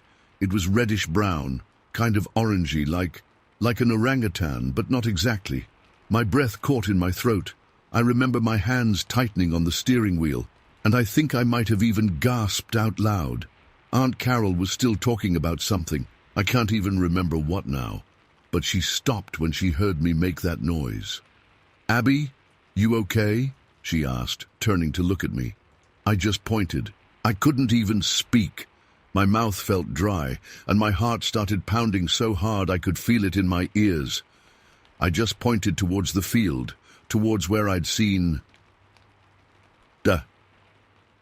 Aunt Carol looked in the direction I was pointing, and at first I don't think she saw anything. She kind of squinted, then her eyes widened and she went completely silent. I could see her face change, the color just drained out of it. What is that?" she whispered, her voice barely audible. I shook my head. "I don't know," I managed to say, my voice shaky. I really don't know." We both just stared. The thing was still there, on the edge of the field. It hadn't moved, not really. It was kind of swaying slightly, like maybe it was just balancing itself, or maybe the breeze was moving its fur, whatever it was. But it wasn't doing anything, just standing there, watching something. I don't know what. It was definitely bipedal, walking on two legs, but its proportions were all wrong. Its legs seemed really long, and its arms... I couldn't really see its arms clearly because of the way it was standing, kind of hunched slightly. But they looked long too. And that fur, it was thick, matted-looking, but also kind of shaggy, like it hadn't been groomed, obviously. And the color was so striking, that reddish-orange against the green cabbage and the brown woods. It just stood out like a sore thumb, but in a way that was also unsettlingly natural, if that makes any sense, like it belonged there, even though it absolutely did not. We were still driving, slowly now, because I'd instinctively eased my foot off the gas. We were getting further away from it, and I knew I needed to see it better. It was like a car crash, you know? Horrible, but you can't look away. "Pull over," I said, my voice a little stronger now, but still trembling. Aunt Carol didn't argue. She was just as freaked out as I was, maybe even more so. She just nodded, and I pulled over to the side of the road onto the shoulder. We stopped and I put the car in park, but left the engine running without even thinking about it. We just sat there for a second, still staring at the field. The creature, because what else could you call it, was still there in the same spot. It hadn't moved. We should turn around," Aunt Carol said, her voice still a whisper. "Let's just go." Part of me agreed with her. Every instinct in my body was screaming at me to get out of there, to drive as fast as we could in the opposite direction and pretend we hadn't seen anything. But there was another part of me, a stupid, reckless, curious part, that needed to know what it was. I couldn't just drive away and pretend it didn't happen. I needed to see it closer. I needed to understand. "No," I said, surprising myself. "No, let's turn around. Let's go back and get a better look." Aunt Carol looked at me like I was crazy. "Are you insane? Abby, that thing, it's huge, and we don't know what it is. We should just leave it alone." I know, I said, "but I just need to see, just for a minute. We can stay in the car, just turn around and drive back slowly, get a little closer, and then we can go, okay?" She hesitated for a moment, looking back and forth between me and the field. I could tell she was terrified, but she also knew that when I got something in my head, I was pretty stubborn. And maybe, just maybe, she was a little bit curious too, deep down. "Okay," she said finally, her voice still shaky. Okay, but we are not getting out of the car, and if it moves or anything weird happens, we are leaving, right away. Promise me. Promise, I said, nodding quickly. I put the car in reverse and carefully backed up, then made a U-turn in the road. My hands were shaking so badly now, I could barely grip the steering wheel. As we turned back towards the field, I could see the creature again. It was still there, still standing in the same spot. We drove slowly, creeping along the road, getting closer and closer. The closer we got, the bigger it seemed to become. It was huge, much bigger than I had initially thought. 7 feet tall, maybe even taller. It was hard to judge exactly, but it towered over the cabbage plants, and they were big. And as we got closer, I could see more details. The fur or hair was even thicker and coarser looking than I'd first realized. It covered its entire body, as far as I could see, except for maybe its face. But I couldn't really make out its face clearly from this distance. It seemed like it was turned slightly away from us, looking out into the field, or maybe towards the woods behind it. Its posture was strange. It was upright, definitely bipedal, but it was hunched over slightly, with its shoulders rounded forward. And its arms, they hung down almost to its knees. They were long, incredibly long, and thick. I could see the muscle in its arms and shoulders even under all that fur. We were getting closer now, maybe only 100 feet away, maybe less, and it still hadn't moved. It just stood there like a statue, or like it hadn't even noticed us. But I had this really unsettling feeling that it had noticed us, that it knew exactly we were there, and it was just watching, waiting. Aunt Carol was practically frozen in her seat. She was clutching her purse to her chest like it was a shield, and her eyes were wide with terror. I could see her breathing shallow and fast. "Okay, Abby, that's close enough," she whispered, her voice strained. "Let's go. Please, let's just go." But I couldn't stop. I was drawn to it, like a moth to a flame, even though I knew it was dangerous. I had to see its face. I had to see its eyes. I slowed the car even further, practically crawling along the road now. We were maybe 50 feet away. And then, finally, it moved. Slowly, deliberately, it turned its head. It turned its head and looked directly at us. And I saw its face. It was human-like in a way. It had a face, 2 eyes, a nose, a mouth. But it was also monstrous. The features were heavy, coarse, almost Neanderthal-like. The brow ridge was massive, jutting out over deep-set eyes. The nose was flat and broad, and the mouth was... It was just a slit, really, with thin, almost non-existent lips. And teeth. I didn't get a good look at its teeth, but I saw a flash of white, and they looked big and sharp. But it was its eyes that really got to me. They were dark, deep-set, and... intelligent, incredibly intelligent. There was something in those eyes, something old, something wild. They weren't human eyes, not really. They were primal, knowing, and they were looking right at me, looking right through me, it felt like. For a moment, everything went completely silent.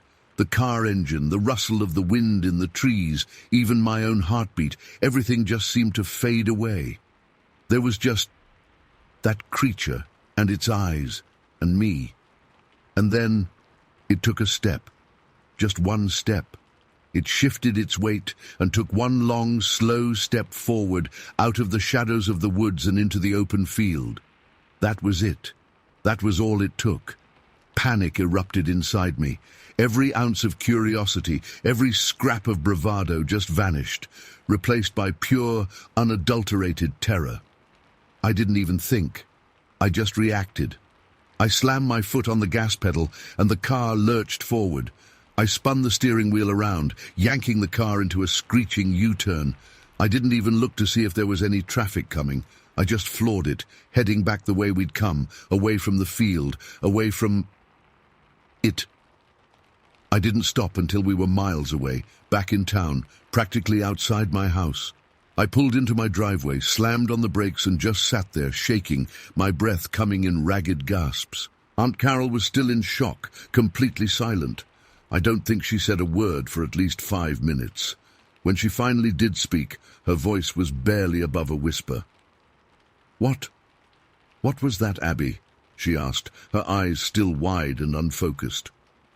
"I don't know," I said, my voice hoarse. "I honestly have no idea." We never spoke about it much after that. We both just kind of tried to forget it ever happened.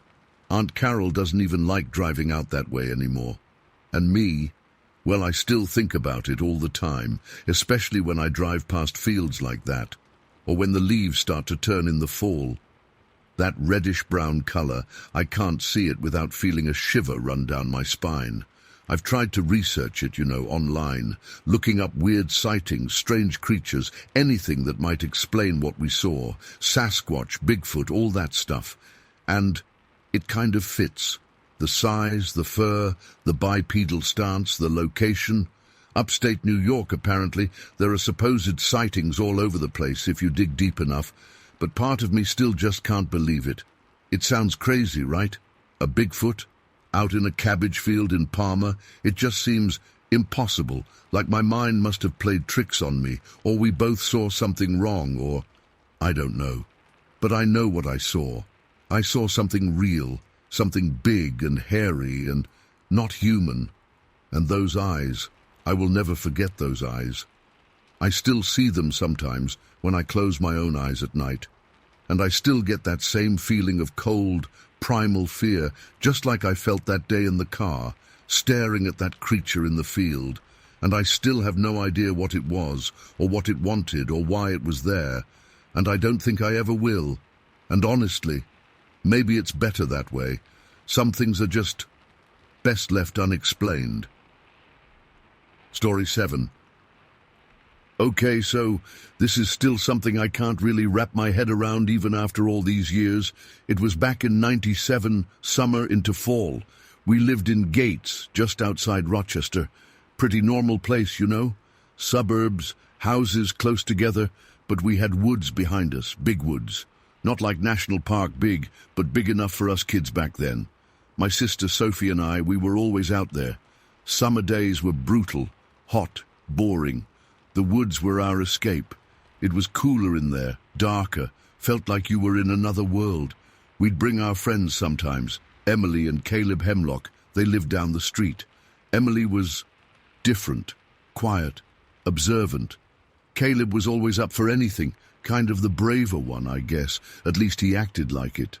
One afternoon, it was July, hot as hell, and we were in the woods, maybe further back than we usually went.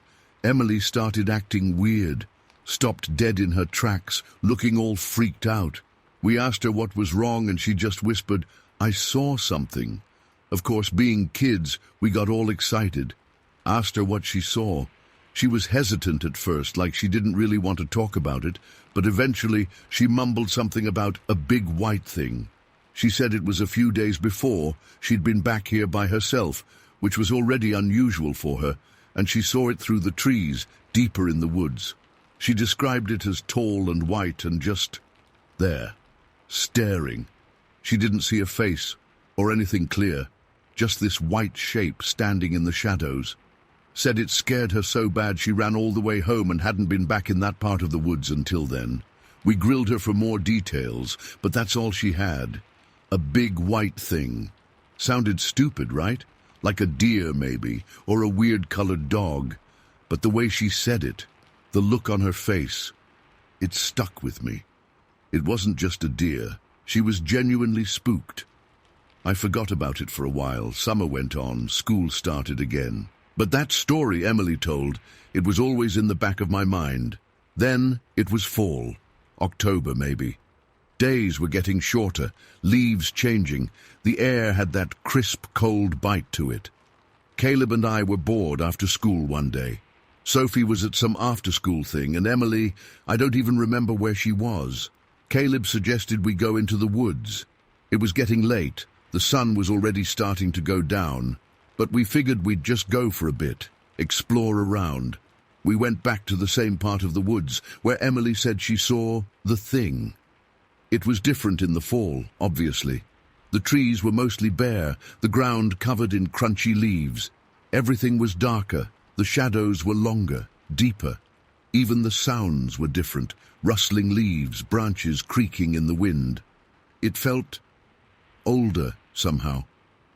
We were walking along this overgrown path. It wasn't really a path anymore, more like a deer trail or something, pushing through tall weeds and dry grass. And then we came out into this small clearing, just a patch of open space in the middle of the trees, maybe 30, 40 feet across. Nothing special, just a clearing. And that's when I saw it. I froze, completely, utterly frozen. My breath caught in my throat like someone had punched me in the stomach. Caleb bumped into me from behind and whispered, "What? What is it?" I couldn't speak. I couldn't even point. I just stared. About 100 yards away at the edge of the clearing, right where the trees got really thick and dark again, it was there, the big white thing. Emily was right. It was big. It was white. But thing didn't even begin to cover it. It was tall, really tall. Taller than any person I'd ever seen, taller than a tree almost. And thin, unnaturally thin, like stretched out.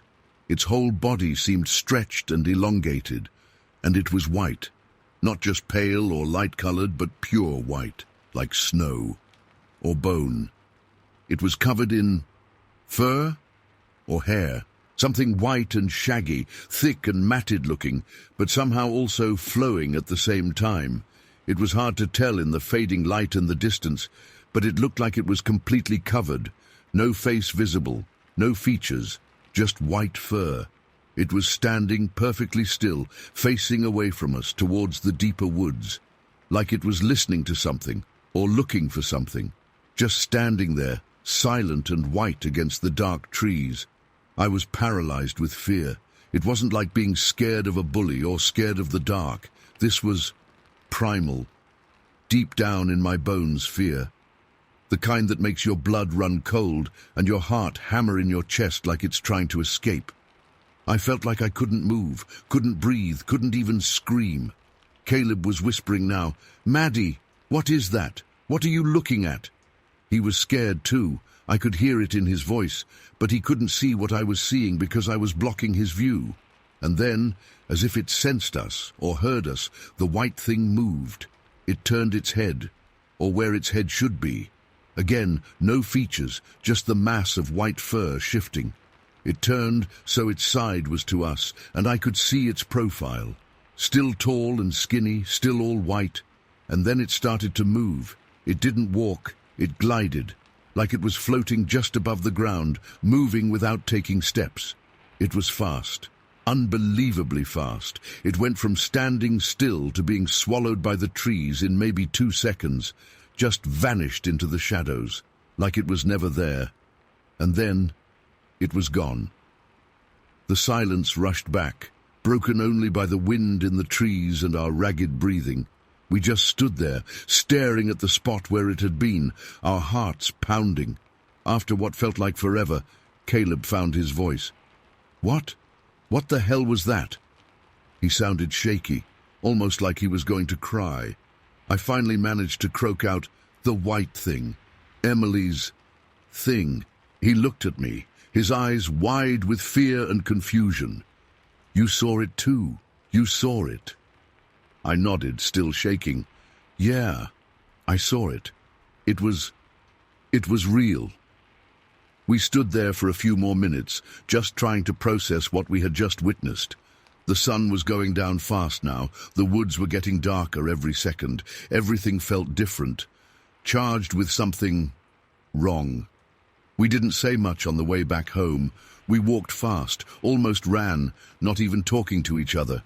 We were both terrified, and I think, in a way, we were also terrified of what the other person was thinking, what they had seen, if they really believed it. When I got home, Sophie was back. Dinner was almost ready. My parents were in the kitchen, talking and laughing. Everything felt normal, too normal, like nothing had happened. But inside, my world had shifted. Something had cracked, and I knew things would never be the same. I didn't tell my parents. I didn't even tell Sophie right away. I just went to my room and sat on my bed, staring out the window at the woods behind our house. The trees were just black shapes against the darkening sky now. But I knew what was out there. I knew something was in those woods that wasn't normal, wasn't right. Later that night, I finally told Sophie. She didn't believe me at first. She laughed. "A big white thing? Seriously, Maddie? Sounds like you saw a ghost." But I told her about Emily, about her seeing it in the summer, and I described what I saw, everything, the size, the shape, the white fur, the way it moved. I could see in her eyes that she was starting to believe me, or at least starting to believe that I believed it. The next day at school, Caleb and I barely spoke about it. We were both different, quieter, more withdrawn. We were both dealing with it in our own way, I guess. But we both knew what we had seen. There was a silent understanding between us. I did talk to Emily. I found her at recess, standing by herself near the swings. I went up to her and just said, "Emily, I saw it." She looked at me, her eyes wide and serious. "You did?" I nodded. "Yesterday, in the clearing, the white thing." A faint smile touched her lips, but it wasn't a happy smile, more like a knowing smile. "I told you," she said quietly. "I told you it was real." After that, things changed. For me, anyway. I couldn't look at the woods the same way anymore. They weren't just woods anymore. They were something else, something unknown, something potentially dangerous. Every shadow seemed darker, every rustle of leaves sounded louder, more menacing. I started going into the woods more. Not like before, just wandering around, but deliberately, looking, searching. I wanted to see it again. I was terrified of it, but I was also fascinated, obsessed almost. I started looking for clues, tracks in the mud, broken branches, anything that would tell me what it was or where it went, and I found things. One time, after it snowed, I went into the woods by myself. Deep snow, untouched, and I saw tracks, big tracks, not like deer tracks or dog tracks or human footprints. These were different, large, almost circular, with long claw-like marks at the front. Too big to be a dog, definitely not a deer. And the shape, wrong. They didn't look like anything I'd ever seen. I followed them for a while, deeper into the woods. They led me towards the same clearing where we'd seen the white thing. But then they just stopped, vanished, like whatever made them had just lifted off the ground and disappeared. Another time I heard sounds, at night, from my bedroom window which faced the woods. Strange noises, not animal noises, not anything I recognized, like howling, but deeper and more mournful, almost human-sounding, but not quite, unearthly. They echoed through the trees, chilling me to the bone. These sounds, they weren't constant, just every now and then. A howl in the night, a rustle in the undergrowth when there shouldn't be anything there. Glimpses, hints, whispers of something unseen. Years went by. I got older, moved away for college, then moved back, but to a different part of Rochester. Life happened. But I never forgot about the white thing, never forgot that day in the clearing. Sometimes late at night I think about it, wonder what it was, if it's still out there, if anyone else has seen it. I've searched online, read stories about strange creatures in the woods, weird sightings, unexplained phenomena, but nothing quite matches what we saw. I've told a few people about it over the years. Friends, mostly. They usually laugh or look at me like I'm crazy. Oh, Maddie and her woods monster story. They think it's a joke, a childhood fantasy that I still cling to. But it wasn't. It was real. I know what I saw. Caleb knows what he saw. And Emily knew it all along. I haven't been back to those woods in Gates for years. Haven't had the urge, really. Maybe I'm scared to go back. Maybe I'm scared of what I might find. Or maybe I'm scared of not finding anything at all, and finally having to admit maybe, just maybe, it was all in my head. But deep down, I don't think it was. Deep down, I still believe. Something is out there. Something white and big and unknown. And sometimes, when the wind blows just right, I think I can still hear it, howling in the distance, echoing from the woods behind my childhood home. And I still get that same cold shiver down my spine, that same primal fear that grips you and makes you remember that day in the clearing and the thing you saw standing there in the shadows, white against the dark trees. And you just know you will never, ever forget it. And you still can't explain it, not really, you just saw it, and that's all you know. Adasem, Story 8. Okay, so this is gonna sound crazy. I know it does even to me. But I swear on everything I love, it happened. And I gotta get it out there, even if nobody believes me. It still messes with my head bad. It was June 20th, 2004. Sounds like a lifetime ago, right? I was younger, obviously. But this night is burned in my memory like it was yesterday. We lived in Greece, New York, just outside Rochester. Super normal, suburbia USA, you know? Me, Ethan, and Jake, we were tight. Like brothers, really. We did everything together, especially during the summers. Our thing was night bike rides. Every other night, sometimes more if we were bored, we'd take off after dinner once it was properly dark. We had this route we always did. It took us down to the Genesee River State Park. There's a bike trail there, really nice, runs along the river and then out towards Lake Ontario. It was our escape, you know, just getting out, feeling the air, getting some exercise, talking crap, being guys. That night we met up at Jake's place like always. It was warm, June in upstate NY. The air was thick, but it felt good after a hot day. We were probably around 18 or 19 back then, young and feeling invincible, right? We hopped on our bikes. Dave's beat-up mountain bike was making its usual groaning sounds.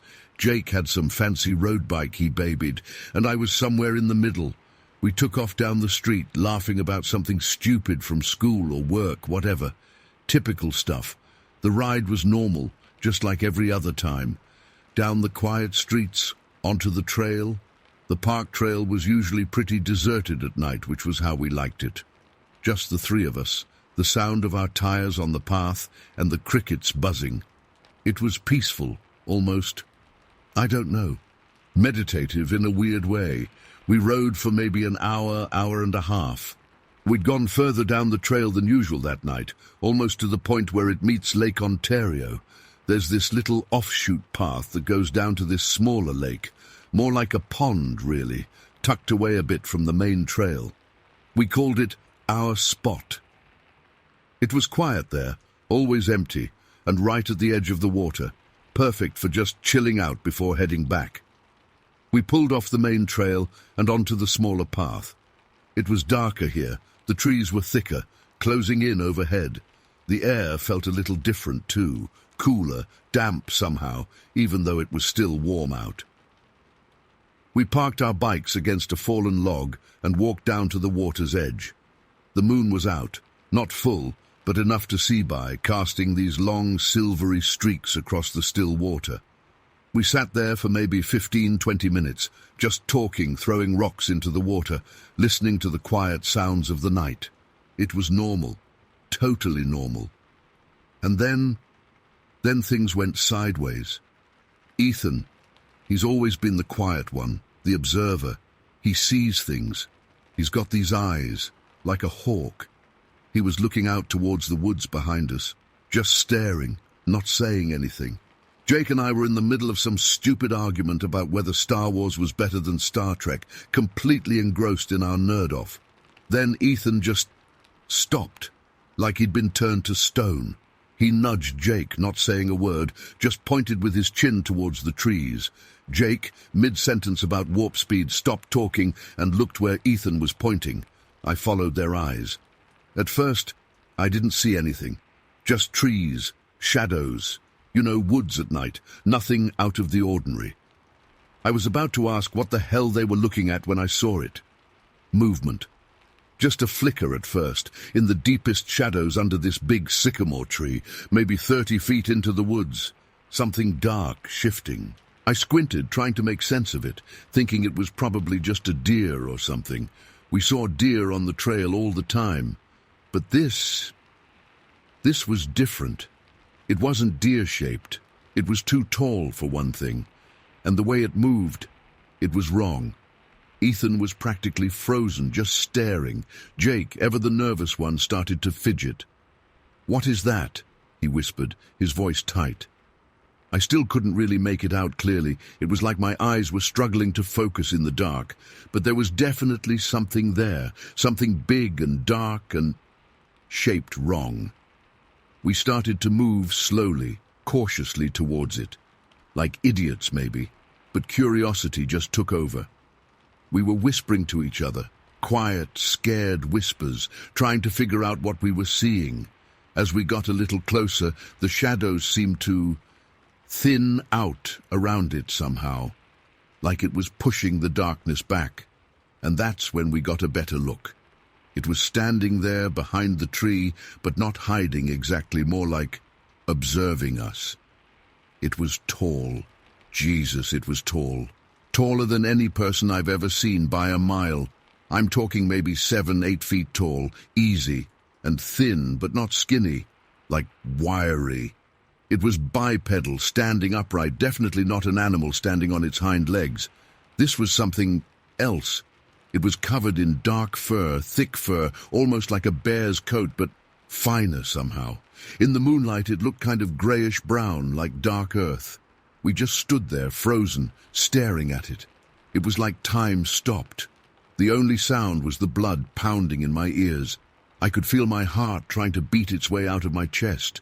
I was terrified, but also completely mesmerized, like I couldn't look away. Jake, he's always been the braver one, or at least pretends to be. He took a step forward, a dumb, stupid, brave step. "Hello?" he called out, his voice cracking way louder than he probably intended. The second Jake moved and spoke, everything changed. The figure, the thing in the woods, moved too, fast. Not running, not clumsy, but like gliding, silent. It just flowed into the deeper woods, like smoke disappearing. 1 second it was there, this massive dark shape against the trees. The next, gone. It moved so fast, so silently, it was unreal. Like it hadn't even been there at all. But we'd seen it, all three of us. We weren't imagining it. Jake swore he saw it turn its head for a split second as it moved away, like it was looking back at us. I didn't see that part. I was too busy just trying to process what the hell had just happened. Ethan, I don't think he even blinked. For a few seconds we were just silent, staring at the spot where it had been, our minds blank, just trying to catch up with reality. It was like we'd stepped into a different world for a few minutes, a world where things like that existed. Then the silence was broken by a sharp crack, a loud snap of a branch breaking deep inside the woods, further in from where we'd seen the thing. And then another crack, and some rustling, like something big was moving through the underbrush. It was moving away from us, deeper into the forest. The sounds stopped as suddenly as they started, silence again. But it was a different silence this time. Not the peaceful, quiet night silence we'd been enjoying before. This was heavy silence, loaded, like the woods were holding its breath, listening to us or listening for something else. We were all breathing hard, ragged breaths. My legs felt shaky. Jake's face was white as a sheet. Ethan was still quiet, but his eyes were wide, pupils blown out black. What was that?" Jake finally whispered, his voice still trembling. I don't know," I managed to say. My voice sounded weak, thin, even to my own ears. I don't know what that was." Ethan just shook his head slowly, still staring into the woods. He didn't say anything. Ethan hardly ever says anything when he's really freaked out. We stood there for what felt like forever, just listening. But there was nothing. Just the usual night sounds. Crickets, maybe a frog croaking in the distance, the soft lapping of the water against the shore, but underneath it all, this thick, oppressive silence. Finally, Jake broke the spell. We should go," he said, his voice still shaky. "Yeah," I said, agreeing instantly. "Yeah, let's go." I didn't want to be there anymore. I wanted to get out of those woods, back to the bike path, back to the lights, back to normal. We practically stumbled back to our bikes. We didn't even talk. We just grabbed them, fumbled with the locks, and got on. And then we rode, fast, faster than we'd ever ridden before, pedaling like maniacs, not looking back, just pushing ourselves forward, away from that place, away from whatever we'd seen. The ride back was a blur. We didn't say a word to each other. We just rode, our breath coming in gasps, the wind rushing past our faces, the tires humming on the path. I kept looking over my shoulder. Every shadow seemed to be moving. Every rustle of leaves sounded like it. I kept expecting to see it running after us, crashing through the trees, but nothing. Just darkness and trees and the sound of our bikes. We finally burst out of the park entrance onto the streetlights, the familiar suburban glow of streetlights and houses and cars. It felt like coming up for air after being held underwater for too long, like we'd escaped something dark and hungry. We rode back to Jake's place in silence. We parked our bikes, leaned them against the garage, and just stood there for a minute, catching our breath. Finally, Jake spoke. Did we just see... What was that?" He still sounded freaked out. Ethan finally spoke then, his voice quiet, almost a whisper. "I don't know," he said. I honestly have no idea." I just shook my head. "Me neither," I said. I don't know." We stood there for a few more minutes, none of us wanting to go home, none of us knowing what to say. It was like we'd shared something huge, something terrifying, something that changed everything, but we couldn't even put words to it. Finally, Jake's mom called him in from the porch. He had to go. Ethan and I just kind of nodded to each other, a silent agreement hanging in the air that we wouldn't talk about this, not to anyone, not even to each other, really. We just knew somehow that it was too weird, too unbelievable. Nobody would believe us. And honestly, maybe part of me didn't want to talk about it, didn't want to make it more real than it already felt. I rode home in a daze. The streetlights seemed too bright, the houses too normal. Everything felt off, like the world had shifted on its axis, just a little bit. And I knew deep down that nothing would ever be quite the same again. I didn't sleep well that night. Every time I closed my eyes, I saw it. That tall, dark shape in the woods, those silent movements, that presence. I kept hearing the snap of branches in my head, that rustling in the undergrowth, the feeling of being watched, even in the darkness of my bedroom. The next day, we didn't talk about it. We met up like normal, like we always did. But there was this tension, this unspoken thing hanging between us. We went for a bike ride again that night, but we stuck to the streets, stayed away from the park, stayed away from the woods. And we were quiet, really quiet. It wasn't the same easy, joking, carefree silence it used to be. This was cautious silence, fearful silence. We never went back to our spot by the lake, never went down that offshoot path again. We kept riding, kept doing our routine, but something was broken, something was gone. That feeling of safety, that feeling of just being kids, out on an adventure. It was gone. To this day, I still don't know what we saw. We never talked about it properly, not really. It's like we all just decided to bury it, pretend it didn't happen. But it did. I know it did. I saw it. Ethan saw it. Jake saw it. We all saw the same thing. We all felt the same fear. Sometimes late at night when I can't sleep, I think about it. I think about that night, that creature, that feeling of utter primal fear, and I wonder, what was it? What was out there, in the woods that night? And is it still there, waiting, watching? I don't know, and honestly, I don't think I ever want to know. Some questions are better left unanswered. Some doors are better left closed. And some nights are better left forgotten. But you never really forget, do you? No matter how hard you try, it stays with you, under the surface, waiting for the dark to come again. Story 9. Look, I don't usually talk about this stuff. Definitely not online. Feels too weird, too, out there. But something just keeps bugging me, like a splinter you can't quite get out. Maybe writing it down will help, I don't know. It happened years ago, back in January of 2003. Upstate New York, near Waterport. Small town, mostly farms and woods. Me and Lisa, my wife, we lived out in the country. We liked it quiet, peaceful.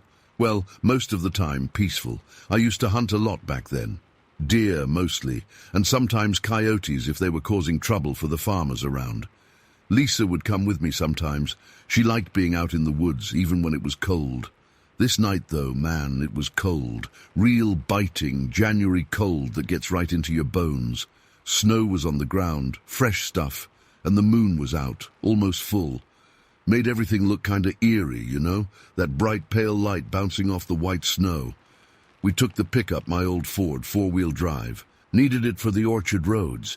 See, there were these old apple orchards outside of town, kind of abandoned. Perfect for hunting because the deer loved them. We weren't trespassing or anything. The land belonged to this guy who lived out of state. Nobody really cared. We were just driving slow along one of the orchard lanes. Windows down a crack, just enough to hear. Engine idling quiet. I had the spotlight plugged in, the kind you can aim out the window. We were just cruising, not seeing much of anything.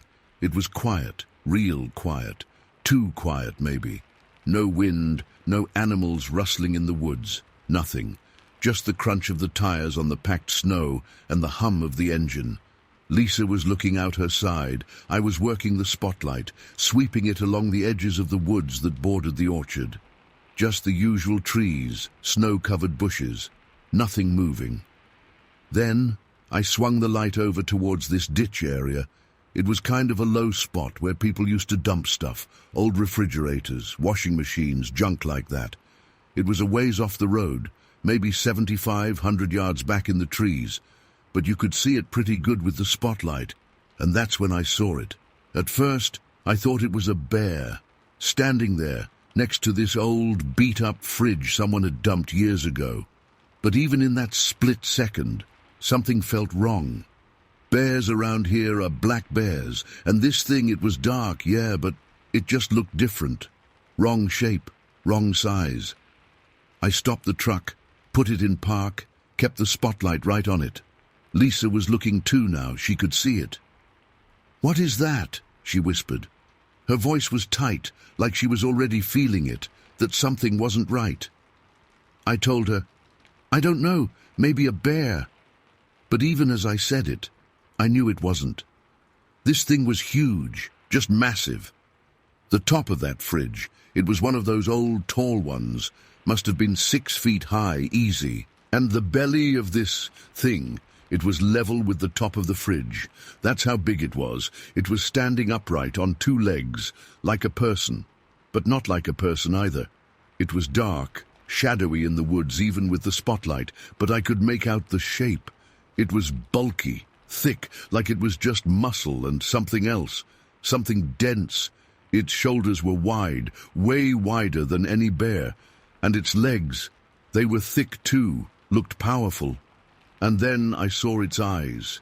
They caught the spotlight, reflected back, bright, like an animal's eyes in the headlights, but different. They weren't just shiny. They glowed, a yellow-orange color, almost luminous. They were big too, set forward on its face. I couldn't really make out features, not in that light and from that distance, but those eyes, man, those eyes I saw. And they were looking right at us. A chill, a real cold, deep chill went right through me. It wasn't just the January air, it was something else. Fear, raw, primal fear.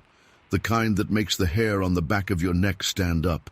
The kind that tells you in your gut that you are looking at something you should not be seeing, something wrong. Lisa grabbed my arm, her fingers digging in hard. "Walt," she said, voice barely above a whisper. "What is that? Is it hurt?" "Hurt?" That wasn't hurt. That was something else entirely. It wasn't moving, just standing there upright next to that fridge, watching us. Those eyes just locked on us. It didn't make a sound, nothing, just stood there. I stared back, through the windshield, through the scope of the spotlight. I tried to tell myself it was a bear, maybe a bear standing on its hind legs, but bears don't stand like that for that long, not usually. And bears definitely aren't that tall. And those eyes, bear eyes, don't shine like that. My mind was racing, trying to make sense of it, trying to find something familiar to latch onto. But there was nothing. It was alien. That's the only word I can think of. Alien in the woods, in the dark, standing there like it belonged there, even though it absolutely didn't. And then slowly, it started to move. It didn't lunge. It didn't roar. It didn't even hurry. It just turned, slowly, deliberately, like it was deciding to leave or maybe just change its position. But it turned towards the woods, towards the deep darkness beyond the junk pile. It moved into the shadows. As it turned, I got a better look at its side. It was thick, like I said, muscled but also shaggy. Dark, matted fur, maybe. I couldn't tell for sure. It was too dark, and the light was just catching glimpses now and then through the trees. But it was big. God, it was big. Bigger than anything I had ever seen outside of a zoo. And then it was gone. Just like that. Melted into the shadows of the trees. Vanished. Lisa was breathing fast next to me. I could feel her trembling. I was shaking too, I realized. My hands on the steering wheel were clammy even though it was freezing cold. My heart was pounding in my chest like it wanted to jump right out. "Walt, drive," Lisa said, her voice still shaky. "Just drive. Now."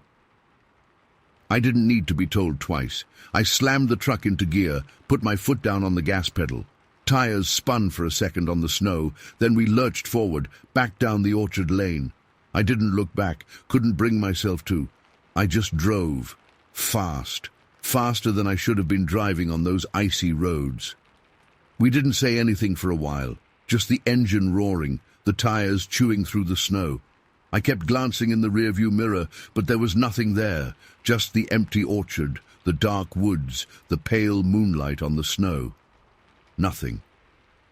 We got back to the main road, paved road, and I slowed down a bit. My hands were still shaking. Lisa was quiet, staring out the window. Finally, she said, real soft, What was that, Walt?" I shook my head. "I don't know, Lisa. I honestly don't know. I thought about bears again, tried to make it fit, but it just wouldn't. It was too big, too wrong. Maybe a really big bear," I mumbled, not even believing it myself. Lisa didn't say anything. She just kept looking out the window, into the dark woods that lined the road. I could tell she was spooked, really spooked. And honestly, so was I. More scared than I'd been in a long, long time. Scared in a way I couldn't explain. It wasn't like being scared of getting hurt or attacked by a wild animal. It was deeper than that. Like we'd seen something we weren't supposed to see. Something that belonged somewhere else. We got home, and the house felt different. Usually it was our safe place, warm and cozy, but that night it felt exposed. Like the woods were closer, even though they were a ways off. Like whatever we'd seen out there could still reach us somehow.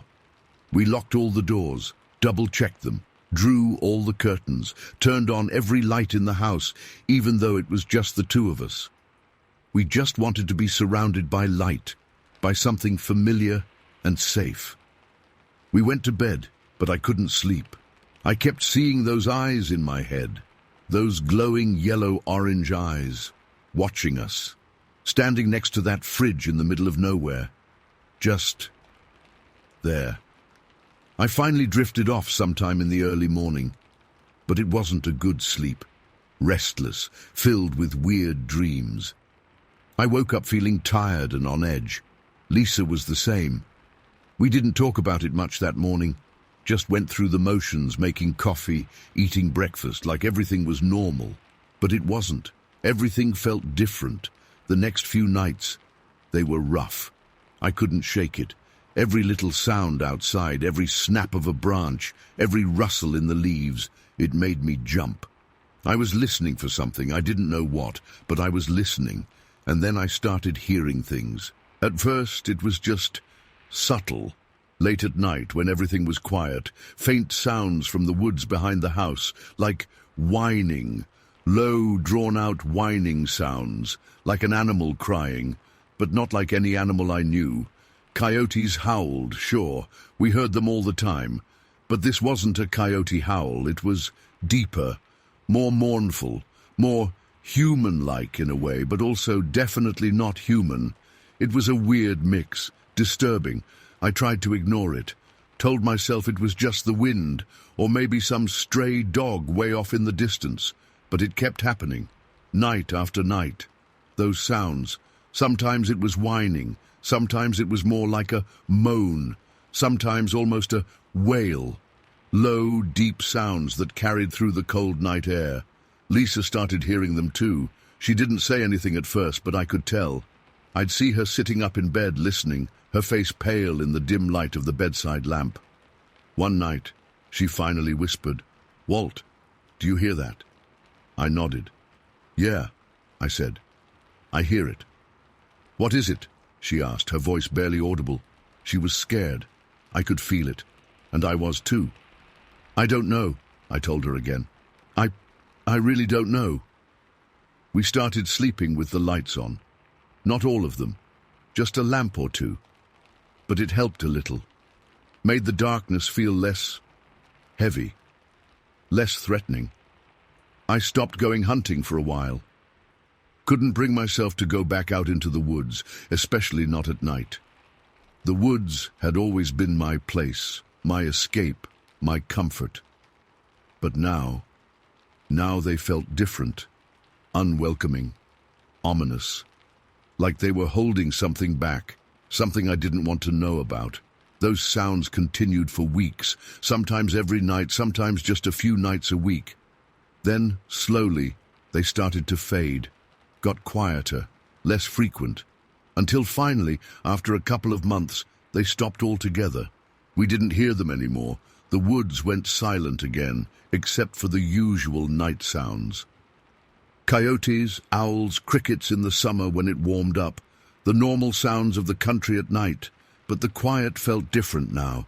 Not peaceful, not really, just empty, like something had been there, and now it was gone. But the space it left behind was still there. We never went back to those apple orchards at night, never hunted there again. We found other places, further away, places that felt safer, even though, rationally, I knew they weren't really safer. Whatever we saw that night, it could be anywhere, I guess, any woods, any dark place. We never talked about it much after that first few weeks. It was too weird, too unsettling, like bringing it up again would somehow make it real again, bring it back. We just tried to forget it, push it down, bury it. But you can't really forget something like that, not completely. It stays with you, in the back of your mind, a little shadow. Sometimes, late at night when it's quiet, I still think about it, about that thing in the woods, those eyes, that size, the way it just stood there watching us, and those sounds we heard afterward. I still can't explain any of it. And honestly, I don't want to. Some things are better left unexplained, I think. Some things are just out there, in the dark, and maybe they should stay there. Maybe some doors are better left unopened. I still hunt, still go out into the woods, but I'm always aware now, more cautious. I listen closer to the night sounds. I look harder into the shadows, and sometimes, when it's really quiet, and the moon is just right, and the wind is still, I think I hear something, faintly in the distance, a low sound carried on the cold night air, and for a second, just a second, that old fear comes back, and I wonder if it's still out there, somewhere in the dark, watching, waiting, and I don't know. I really don't know. Story 10. Okay, so this happened a while back, 1997 to be exact. It's still messed up in my head, even after all this time. I don't really talk about it. People look at you funny, you know? But maybe putting it out there will help somehow. God knows what. It was April, freezing cold for April. You remember how upstate New York can be. I was working the night shift at the diner back then, the one just outside Albion. Used to close up late, sometimes 1, 2 in the morning. This particular morning I was dead tired, just wanted to get home and into bed. Pitch dark out, no moon, just the headlights cutting through the blackness, and that kind of damp, heavy air that makes you feel like you're driving through soup. I lived out past Gaines, in one of those little houses tucked back off the main road near the tracks. Route 98, right where it crosses the railroad. You probably know the spot. Anyway, I'm driving my usual route, not a soul around, just me and the crickets or whatever makes noise in the dark out there. Coming up to the crossing, I always slow down, even though I know the train schedule by heart. Old habit. My dad was a conductor, always drilled it into us to never trust a railroad crossing, even if the lights weren't flashing. So, I stop at the crossing. Windows down a crack because the heater was making me sleepy, and I wanted some fresh air, even if it was freezing. I look both ways, like always. East, towards Albion, nothing. Then I look west, down the tracks towards Medina. And that's when I saw it. At first, my brain didn't even register what I was seeing. It was dark, obviously, but I could make out this shape. Down the tracks, maybe a couple 100 yards, moving towards me in the same direction as the tracks run. I thought, for a split second, it was a deer or something. We get tons of deer out there. But it was way too big and the wrong shape completely. As it got closer, and it was moving fast, I could tell it was dark, really dark, like a shadow moving on its own. And it was tall. Taller than anything I'd ever seen walking around in the woods, even at the zoo. It was walking upright, like a person. But not like a person, it was too big, too different. My first thought, and I swear to God this is what went through my head, was, is that a bear? But even as I thought it, I knew it wasn't. It was standing straight up, on 2 legs, and it was massive, way bigger than any bear I've ever seen, even on TV. And the way it moved, it wasn't lumbering like a bear. It was striding long, deliberate steps. I just stared, frozen. My heart started pounding so hard I could feel it in my ears. The air suddenly felt thick, heavy, like I couldn't breathe right. It was like time slowed down. I watched this thing get closer and closer to the crossing. It was still moving fast, but not running. More like a really fast walk, if that makes sense. Each step just ate up ground. I could see more detail as it got closer. It was covered in something dark, looked like fur, long and shaggy, like really thick, matted fur. And it was all one color, just black or maybe a really deep dark brown. I couldn't tell for sure in the dark, but it was dark. And its shape, it wasn't bulky like a bear.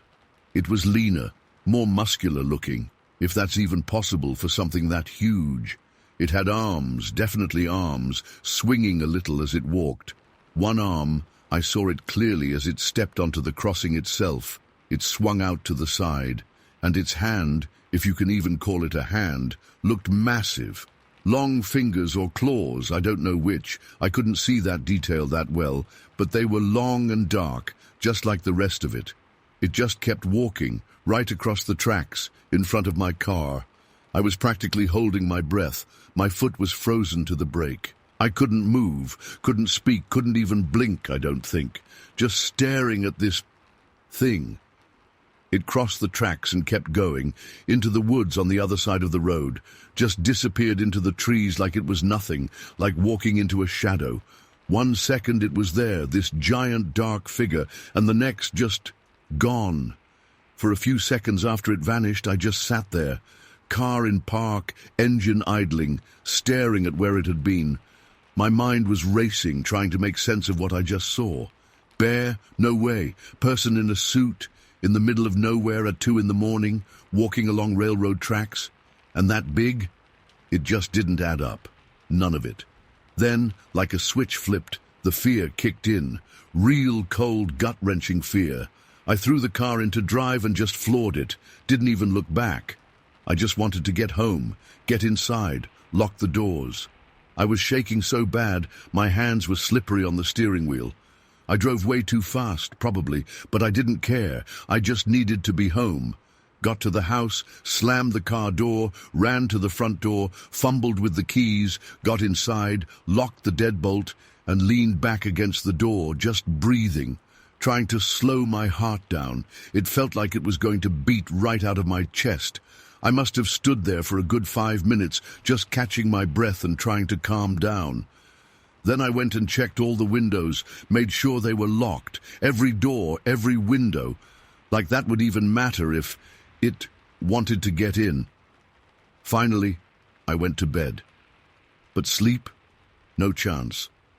I just lay there in the dark, staring at the ceiling, my mind running wild. What was it? What did I see? I replayed it in my head over and over. The size of it, the way it moved, the dark fur. It was so real, so solid. Not a shadow, not a trick of the light. It was there. The next morning, when my husband Tom got up, I was still awake, eyes all red and puffy, hadn't slept a wink. He asked what was wrong, and I tried to tell him. It came out all jumbled, I'm sure. I was still pretty shaken up. "Tom, you're not going to believe this," I started, and then I just told him everything. About seeing it at the crossing, the size, the way it looked. He listened, but I could tell he was already rolling his eyes inside his head. When I finished, he just looked at me and said, "Eve, honey, you were probably just tired. Working nights messes with your head. Maybe it was a bear and you just saw it wrong in the dark." "Tom, it wasn't a bear. I know what a bear looks like. This was different. It was standing up, walking on 2 legs. And it was huge, like bigger than a doorway." He just sighed and shook his head. "Maybe you had too much coffee at the diner, or you were dreaming. Look, you're tired. Just get some sleep. You'll feel better." I knew arguing was pointless. He wasn't going to believe me. Nobody would. I felt stupid even trying to explain it, like I was losing my mind. I tried to drop it, to just forget about it, like he said. But I couldn't. It was stuck in my head. Every time I closed my eyes, I saw it again. That dark shape moving towards me on the tracks. That evening, our son, Michael, came over for dinner. He was maybe 16 then, in high school. We were just sitting at the table, eating, making small talk, and I don't know why, but it just came out again. I started telling Michael about what I saw, almost without thinking. I just needed to talk to someone, even if they didn't believe me. I told him the whole story, just like I told Tom. And Michael, he actually listened. He didn't laugh or dismiss it. He just listened, really listened. When I finished, he was quiet for a minute. Then he looked up at me, and his face was weird, pale almost. "Mom," he said, his voice kind of shaky. "When was this? This morning?" "Yeah, this morning, coming home from work." He swallowed hard. "Mom," he said again, "when I was little, remember we used to go camping sometimes out by Wide Waters?" Wide Waters. That's a kind of swampy, wooded area a bit further out near Knowlesville. Isolated place, not many houses around. We used to camp there when Michael was a kid. He loved being outdoors. "Yeah, I remember," I said. "What about it?" "Well," he said, and he looked really nervous now, picking at his food with his fork. "One time, I never told you this before, I was scared to, but one night when we were camping there, I woke up in the middle of the night to pee. You guys were asleep in the tent. I went out, into the woods a little bit, and I saw something. My heart started to beat faster again. I had a bad feeling all of a sudden. "What did you see, Michael?" He took a deep breath. "It was big, Mom, really big, and hairy, and it was standing up, walking around." I felt like the blood drained out of my face. Standing up like what? Like a person, but not. It was all dark. I couldn't see its face really, but it was huge, taller than the trees almost, and it was covered in fur, like an animal, but it was walking on two legs. He was looking down at his plate, not meeting my eyes, but his voice was clear, and he wasn't joking. He was serious. "Michael," I whispered, Are you serious?" He nodded, just a little nod, still looking down. "Yeah, Mom, I'm serious. I was so scared I ran back to the tent and hid under the covers. I never told anyone. I thought maybe I imagined it, or it was a dream. But hearing you say what you saw, it sounds like the same thing." Suddenly, the air in the room felt cold, even though the heater was on. Tom was just staring at both of us, his mouth hanging open a little. He could tell something was going on, even if he didn't know what. Michael looked up at me then, and his eyes were wide. "Mom," he said, was it really big?" "Huge, Michael, massive, bigger than anything I've ever seen, dark and hairy, walking on two legs." He just nodded again, slowly. "Yeah," he said quietly. That's what I saw too." That dinner went downhill fast after that. Nobody ate much. The conversation died. Tom was quiet, finally realizing maybe something was going on that he couldn't just brush off. Michael looked spooked, and honestly, so was I. Knowing that he had seen something similar years before, not far from where I saw it, it was more terrifying than if it had just been me going crazy. After that night, things changed. I couldn't drive home from work the same way. Every time I approached that railroad crossing, my heart would race. I'd look down the tracks, even in daylight, expecting to see something, anything. I started taking a different route home, even if it took longer, just to avoid that crossing. And then things started happening at the house, little things at first. Strange noises at night, rustling in the woods behind our property. We live right on the edge of the woods, you know. Always been quiet back there, just normal animal noises.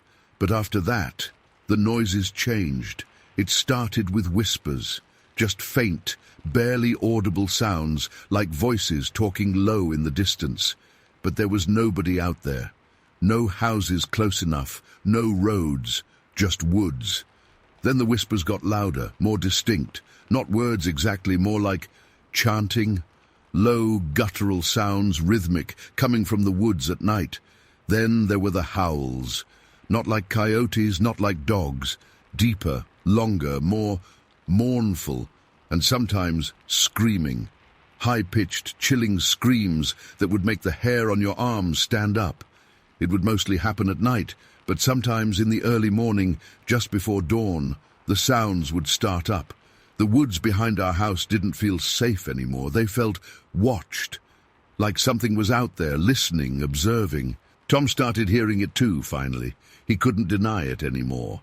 He'd come in from outside at night, looking pale and uneasy. "Did you hear that?" he'd ask. "What the hell was that noise?" And I'd just nod, because I knew. I knew what it was.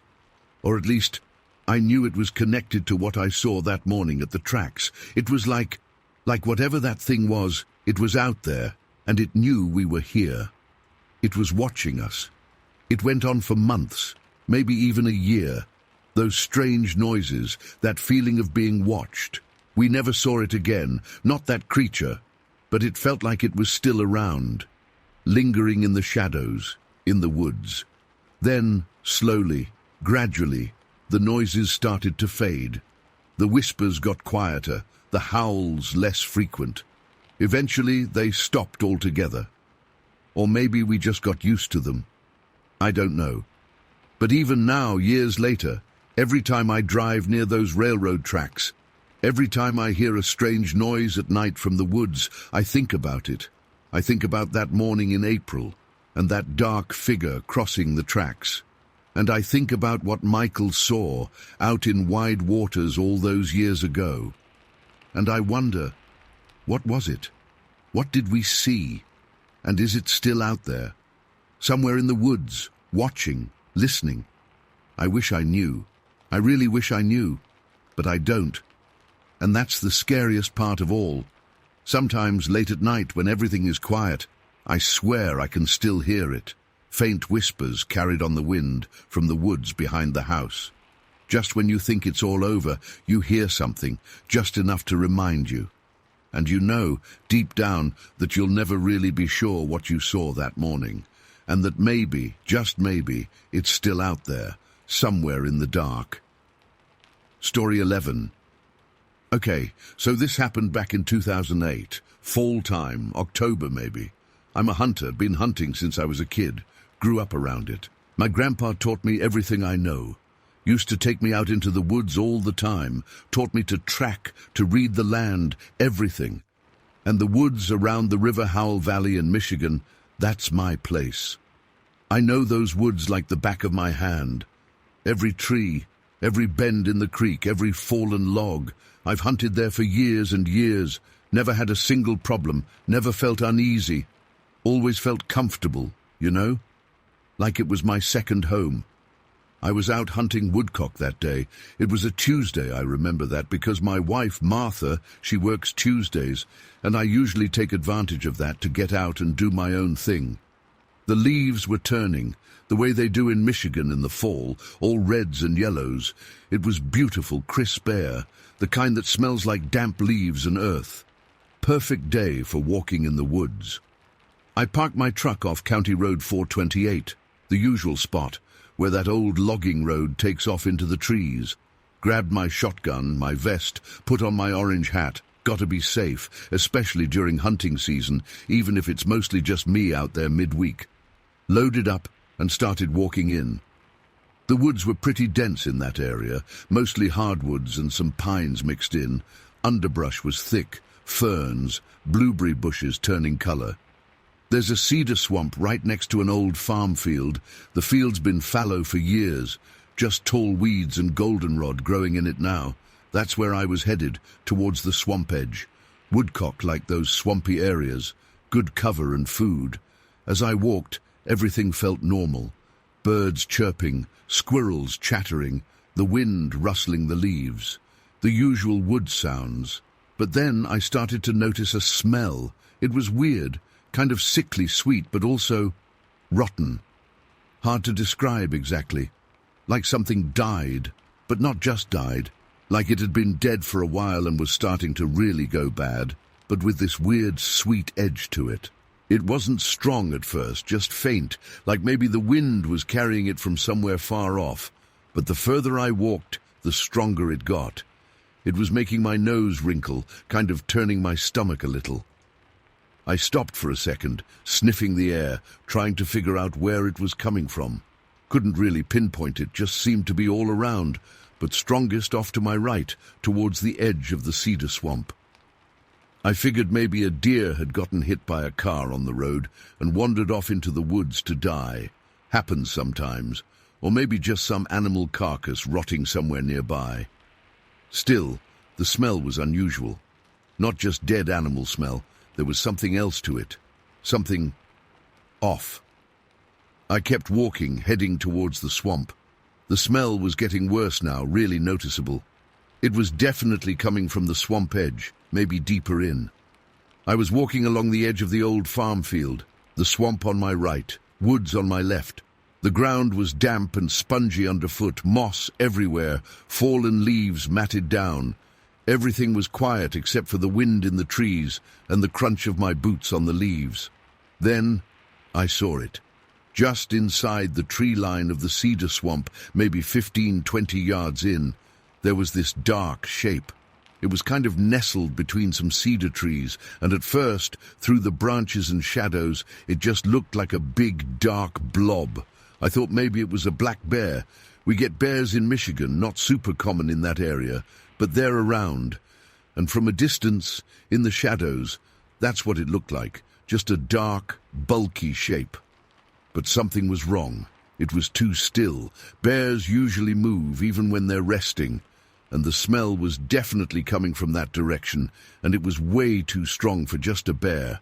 Plus, bears don't usually smell rotten sweet, do they? Curiosity got the better of me, and maybe a little bit of hunter instinct too. I wanted to see what it was. I started walking towards it carefully, quietly, stepping on the mossy patches to keep the noise down. My heart started to beat a little faster. Not scared exactly, just alert. Something felt wrong, but I couldn't put my finger on it. As I got closer, I could see it better.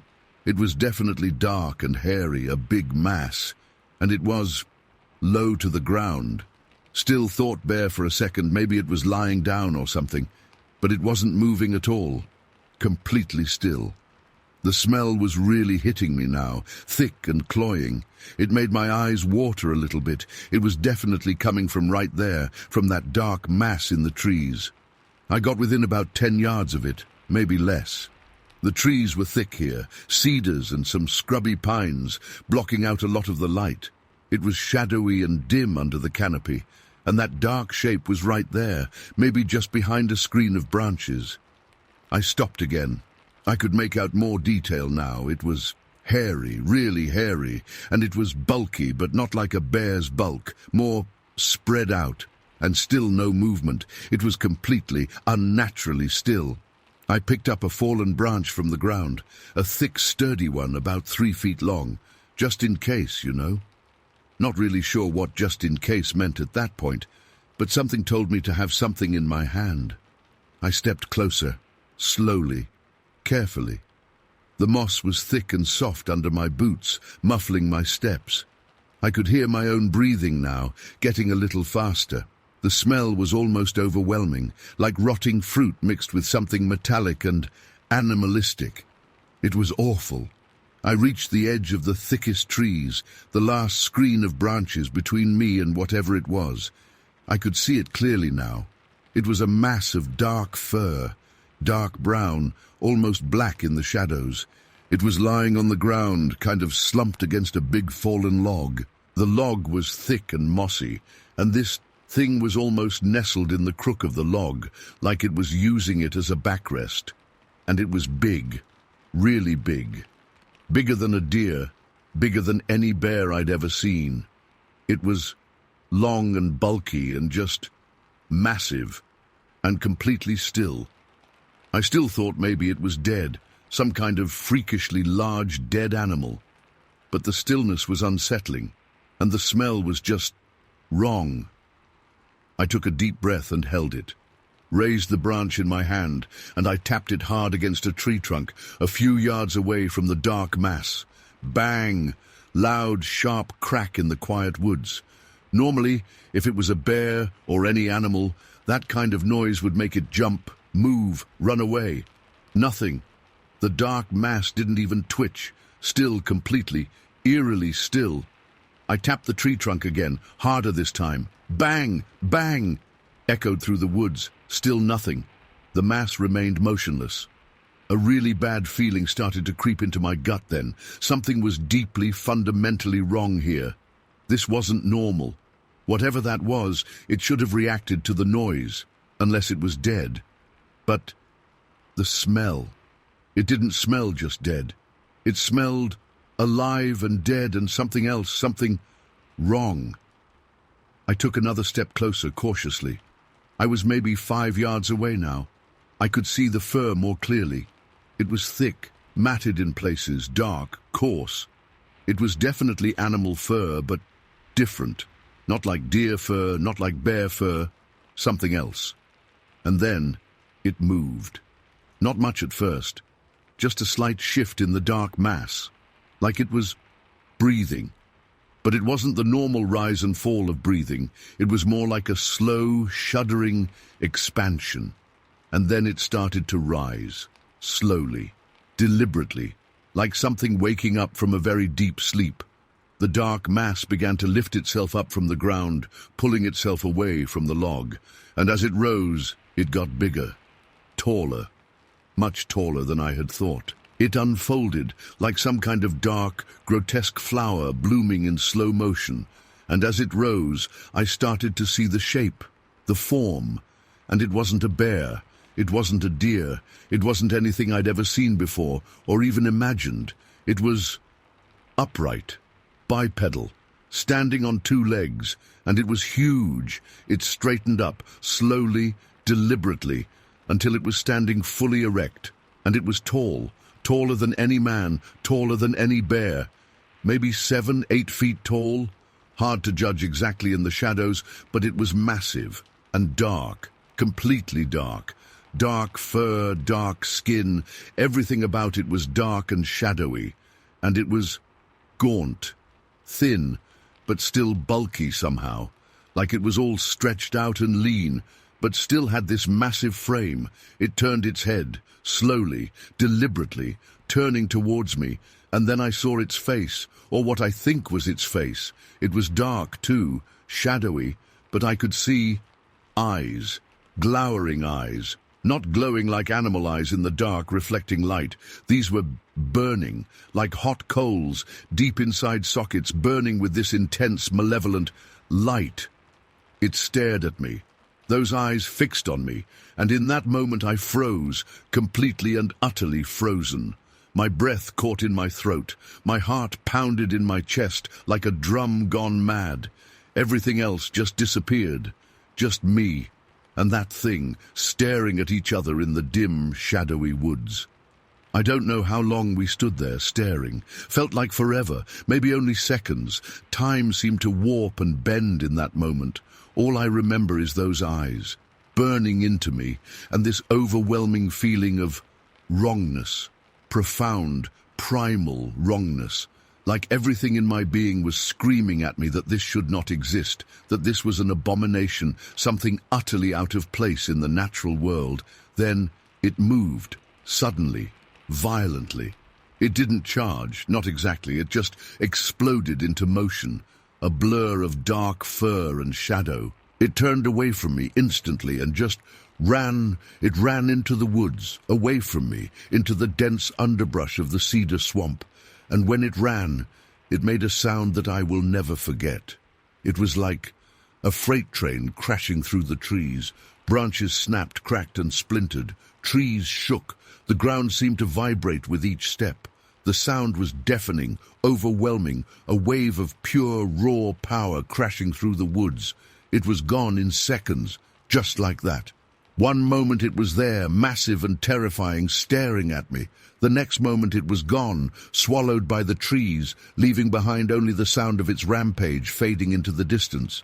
And then, silence. Just the wind in the trees again, the rustling leaves, the distant birds, like nothing had ever happened, except the smell. The awful, cloying smell was still there, hanging heavy in the air. And me, standing there, frozen, shaking. Shotgun still in my hand, but I hadn't even thought about raising it. Branch still clutched in my other hand, useless now. Just standing there, heart hammering, legs trembling, breathing ragged gasps of air. I slowly lowered the shotgun, the branch, took a shaky step forward towards the place where it had been lying, walked over to the fallen log, and there it was, the spot where it had been. The ground was disturbed, matted down, like something heavy had been lying there for a long time. The moss was crushed, the leaves were churned up. The log itself was scarred, bark ripped off in places. It looked like a bed, a crude, makeshift bed, formed by the shape of its body pressed into the ground and leaning against the log, like it had been sleeping there, or resting, hiding. I pulled out my phone, stupidly, instinctively, flipped it open, took a picture, pointed it at the spot on the ground, took another picture and another. Click, click, click. My hand was shaking so bad I could barely hold the phone still. I looked at the pictures.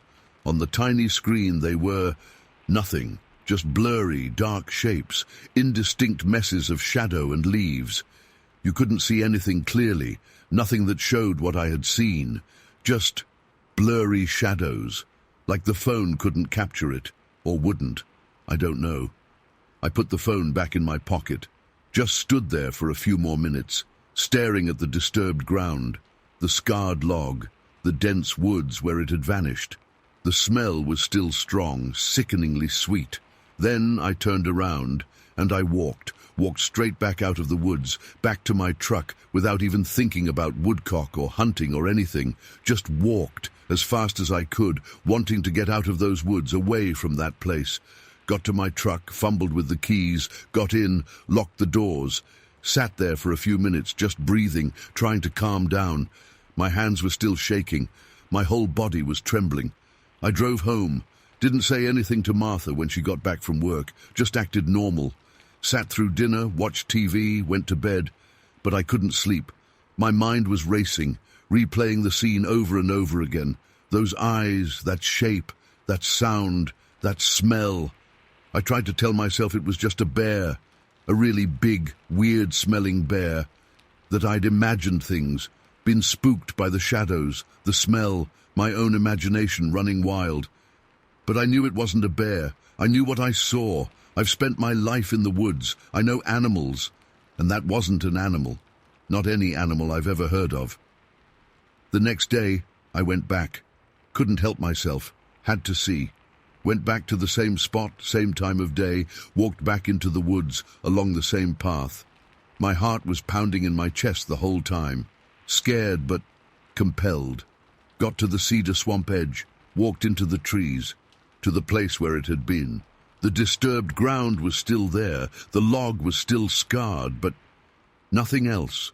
No smell. No sign of anything, just woods, empty, silent woods, like it had all been a dream. I looked around, searched the area, walked further into the swamp. Nothing. Completely empty. Like it had vanished into thin air, or moved on. I never saw it again, never heard anything more about it. No reports of strange animals, no weird tracks, nothing, just gone. But I know what I saw. I know what I experienced.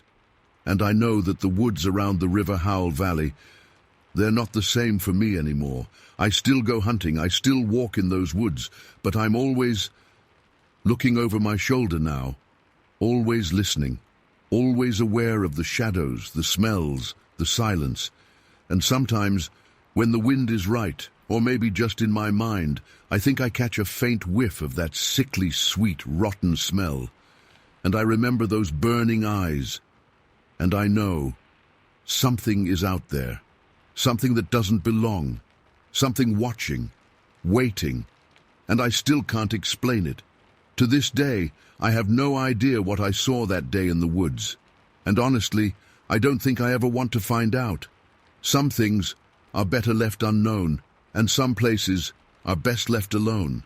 And the River Howell Valley, for me, it will never be quite the same again. Story 12.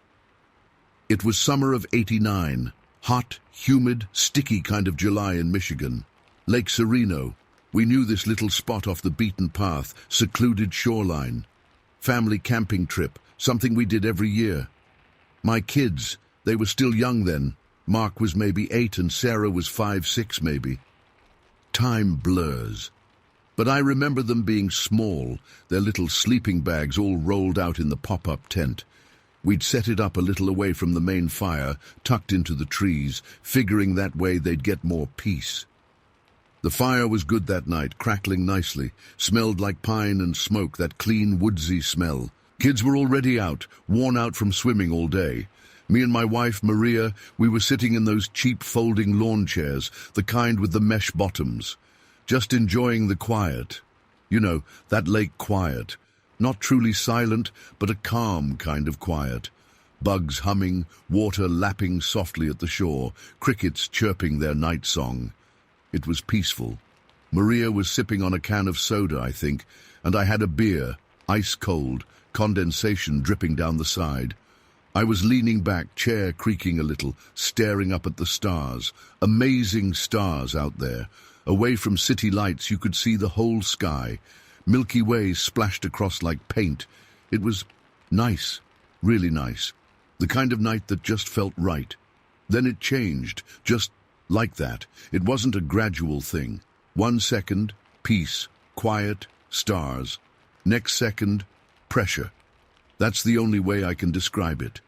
A weight, like something heavy had just dropped over everything. The air itself felt thicker, harder to breathe.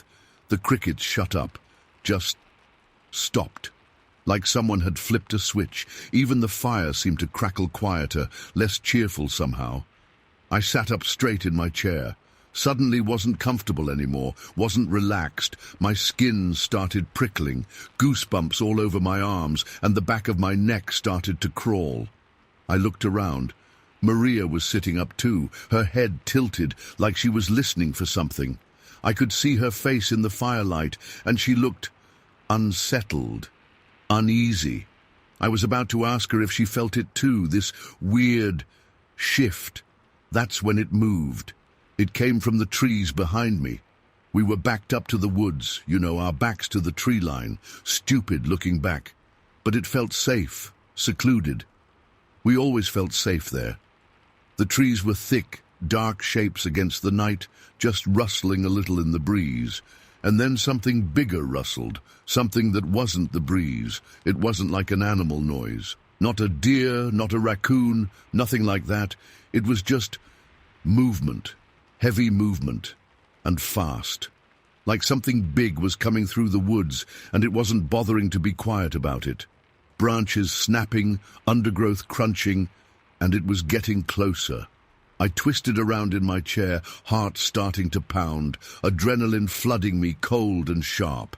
I strained my eyes, trying to see into the darkness between the trees, but it was just black, solid black. Except for this shadow. It was like the dark in the trees was darker, like a patch of absolute blackness moving through the night blackness. Hard to explain. It wasn't just absence of light, it was something, a void almost.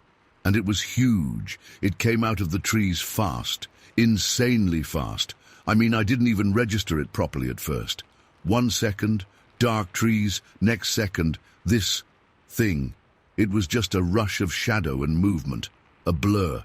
It was wide, so wide it blocked out the fire for a split second, casting us all into sudden, deeper darkness. And tall, taller than the trees it felt like, looming. It went right past us, not towards us, thank God, but past, between us and the lake. It was so close. I could feel the air move when it went by, a rush of cold air like standing next to an open freezer. But colder, and it smelled wrong, like wet earth and something else, something acrid, like burnt metal maybe, I don't know, foul. It was gone in a blink, just whoosh, and gone. Into the woods on the other side of our campsite, towards the deeper forest away from the lake, vanished like smoke, but the feeling that stayed. I was frozen, stuck in my chair, my eyes wide, staring in the direction it went. My mind was blank, wiped clean. I couldn't think, couldn't move, just shock. Then I heard the screaming. Mark, Sarah, both of them, screaming their heads off from the tent, piercing, terrified screams. That snapped me out of it. My dad instincts kicked in. I jumped up, chair clattering to the ground behind me, and I ran for the tent. Maria was already there, yanking open the tent flap. The inside of the tent was a mess. Sleeping bags thrown around, flashlight rolling on the floor, kids huddled together in the corner, eyes huge and wet with tears, faces pale in the dim light. They were pointing, shaking. Mark was yelling, "It was there! It was right there!" Sarah was just sobbing, couldn't even speak. "What? What was there?" Maria asked, her voice tight. She was scared too. I could see it in her eyes, even in the flickering firelight. She'd felt it, seen it, whatever the hell it was. "The monster!" Mark screamed. "The shadow monster! It was outside the tent. It growled." Growled. I hadn't heard a growl. I'd just felt presence, darkness, and that rush of air. But maybe he had. Kids hear things differently. Or maybe he imagined it, scared himself and Sarah too, but they were genuinely terrified, not just kid scared like a bad dream. This was real terror. Okay, it's all right, I said, trying to sound calm, even though my own heart was still hammering in my chest. It's okay. Maybe it was just an animal, a bear or a really big deer. Lame excuses, and I knew it. They knew it too. No! Mark yelled again. It wasn't an animal. It was black. And it looked at us. Looked at them. From outside the tent. I didn't understand. The tent was zipped shut. How could it have... Then Sarah finally got a word out, gasping between sobs. Eyes, she whispered. It had eyes. Red eyes. Red eyes. In the dark. Shadow monster. My brain was scrambling, trying to make sense of any of this. It sounded insane. Kids' nightmare fuel, but what I'd seen, that shadow, that thing, it wasn't normal. Not any animal I knew. Come on, I said, my voice firmer now. Get out of the tent, we're all going to the van. I started bundling them out of the tent, Maria helping. They were shaking, still crying, clinging to us like burrs. We got them out, blankets wrapped around them, and practically carried them to the van. The fire was still crackling behind us, casting flickering shadows, making everything seem even more unreal, more threatening. As we were hustling towards the van, something happened, something that I still can't explain. That still makes my blood run cold when I think about it. We were almost at the van, just a few feet away. I had Sarah in my arms. Mark was clutching Maria's hand, stumbling along beside her, and then we heard it. The sound. It wasn't a growl, not like any animal growl I'd ever heard. It was deeper, throatier, and wet-sounding. Like something was gargling, but with something thick, viscous, and angry, intensely angry, violent. It came from the woods on the other side of the campsite, the same direction that shadow thing had gone, but closer now, much closer, and louder, and then it screamed. Not a human scream, not even an animal scream. It was something else, something unearthly. It was high-pitched, piercing, but also low and guttural at the same time. It vibrated through the air, made your teeth ache, made your insides clench. It was full of pain and rage and something else, something I couldn't name, something ancient, evil maybe. I don't know.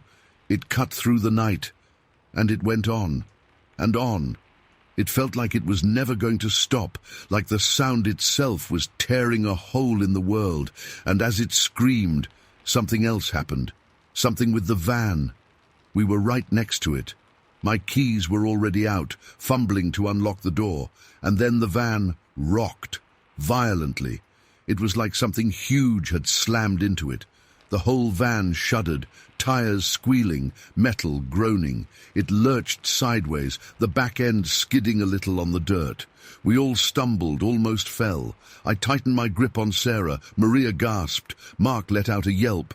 We stared at the van, blinking in disbelief. It was dented, badly. The side panel right behind the driver's seat was caved in, like a giant fist had punched it. The metal was crumpled, paint cracked and peeling. The side window looked like it was about to pop. I just stared, dumbfounded. What the hell just happened? An earthquake? No. Michigan doesn't get earthquakes. A tree fell? No trees big enough that close, and it wasn't the sound of a tree falling. Besides, it would have landed on the van, not punched the side. Then that sound again. The scream. Closer now, still screaming. And I knew deep down that whatever had screamed had also hit the van. That shadow, that monster. We didn't hesitate, didn't think, didn't talk. We just piled into the van. Maria scrambled into the driver's seat. I shoved the kids in the back, slammed the door shut, locked it, fumbled with my seatbelt. Maria was already turning the key, engine sputtering to life. She slammed it into reverse, tires spitting dirt and gravel as we backed out of the campsite.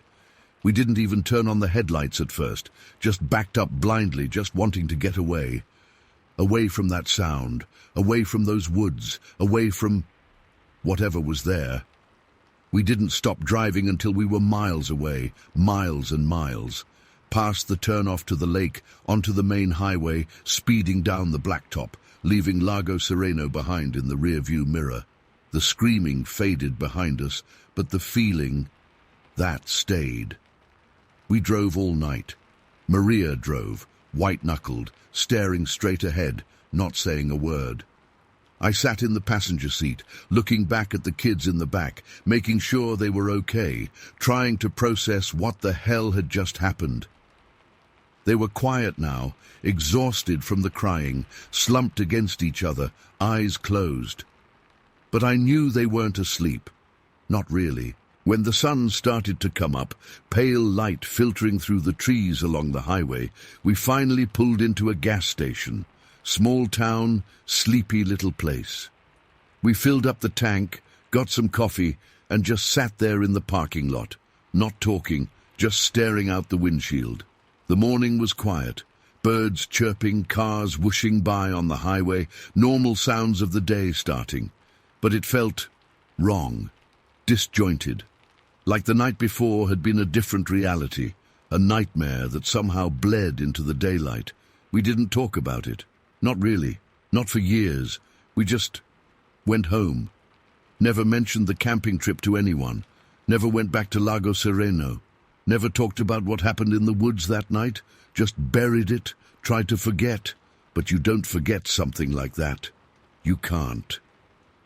Years later, when the kids were grown, Mark in college, Sarah in high school, we were having a bonfire in our backyard. Just a small one for fun, roasting marshmallows, telling stories. Comfortable, safe. Nothing like that night. But the smell of wood smoke, it always takes me back a little bit. We were all sitting around the fire, and Mark was telling some stupid college story, laughing. And then, out of nowhere, he stopped, looked at me. His face was different, suddenly serious. "Dad," he said, "remember that time? Camping? Lake Sereno?" My stomach dropped. Just like that. All those years, buried deep, and he just brought it up. I nodded slowly, didn't say anything, just waited. I think about it sometimes," he said, his voice quiet. "That thing, that shadow. Do you remember that?" Sarah looked up, her eyes widening a little. She'd been listening, hadn't said anything, but I could see the memories flickering in her eyes too. I looked at Maria. She was staring into the fire, her face still, but I could see a tightness around her mouth. She remembered too. Of course she did. I took a deep breath. "Yeah," I said finally, "I remember." And then, without really meaning to, without planning it, it just came out. All of it. I told them everything. Everything I'd seen, everything I'd felt, everything I'd heard.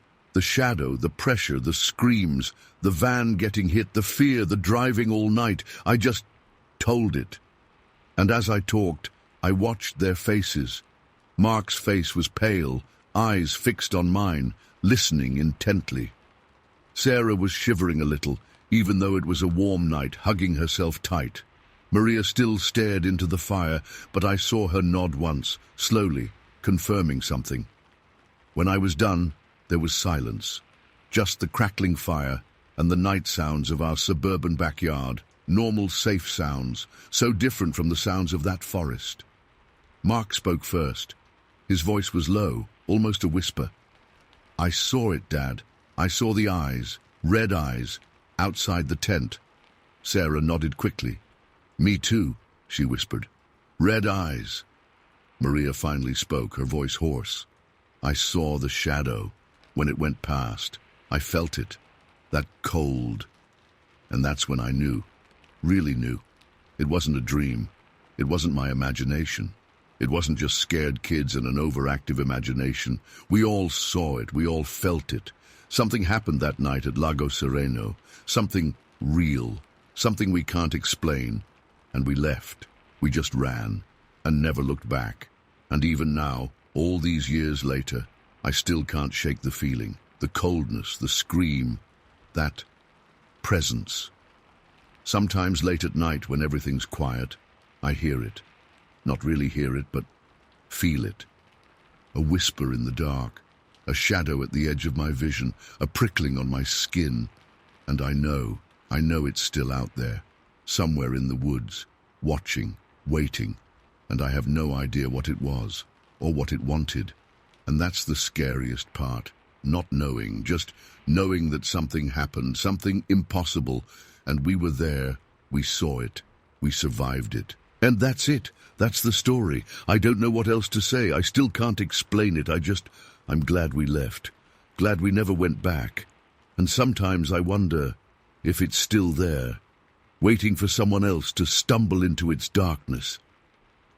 Story 13. Okay, so this happened back in '92. I was a different man back then, you know. Younger, tougher maybe, definitely more sure of myself in the woods. I grew up in Pinhal Redondo, and hunting wasn't just a hobby, it was part of life. My dad taught me everything, just like his dad taught him. We always hunted bear. Every year, me and my buddy Zay would set up bait spots way out in the woods before the season opened. We had a few spots, but there was this one, out near Villa Carvalho, that always felt off. I can't explain it. It wasn't like a bad smell or anything you could put your finger on. Just this constant feeling that you weren't alone, even when you were, like eyes on you, all the time. Zay felt it too. We'd talk about it sometimes, quiet-like, never really admitting we were spooked, just saying things like, "Feels a bit weird here, huh?" And the other one would nod, maybe chuckle nervously, but weird it was. Real weird. This spot in Villa Carvalho was deep. You had to take this old two-track road that wound through the hills, up and then down into this swampy area. The road ended at this barely there trailhead. From there it was a good walk into the woods to our usual bait clearing. It was always quiet there, quieter than other parts of the forest. Even the birds seemed quieter. Anyway, it was early fall, still before bear season. We were supposed to go together, me and Zay, to refresh the bait at all our spots. But Zay got sick, flu or something. So I figured, no big deal, I'll just go myself. I'd done it plenty of times alone, never thought twice about it, especially not back then. I loaded up the truck with the bait.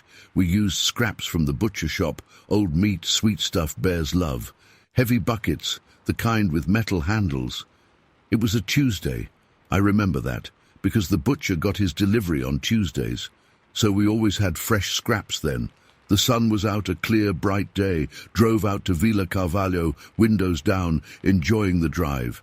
But even before I turned onto that two-track, I started to feel it.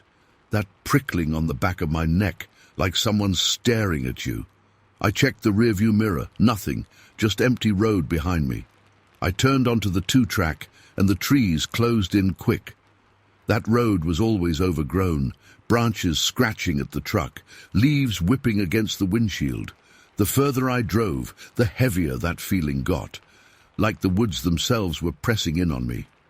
I told myself it was just nerves, being out alone in our weird spot. Just me being stupid, getting myself worked up. I parked at the trailhead, turned off the engine, and the silence just rushed in. Not peaceful silence, but empty. Like something had sucked all the sound out of the air. I got out, grabbed the first 2 buckets of bait, heavy as hell, and started down the trail. Usually the woods are full of noises, squirrels chattering, birds calling, leaves rustling in the wind. But that day, it was like everything was holding its breath. The trail was narrow, barely more than a deer path. Trees were thick on both sides, mostly pines and oaks, with some cedars mixed in. It was dark even with the sun out because the canopy was so dense. The air felt damp and cold, even though it was a decent day outside. I kept walking, trying to whistle to break the silence, but it sounded weak and tinny, swallowed up by the woods. The clearing wasn't too far in, maybe 15-20 minutes walk. We'd been using it for years. It was just a small open space, kind of circular, surrounded by thick brush. Old gnarled trees around the edges. We always dumped the bait in the center of the clearing, near this big fallen log that was rotting away. I got to the clearing finally. Still quiet, that same heavy silence. I set the buckets down for a second, just to catch my breath and wipe my forehead. Even though it wasn't hot, I was sweating. Not just from carrying the bait, but inside, like a cold sweat. I could feel my heart beating faster than it should. I started dumping the bait.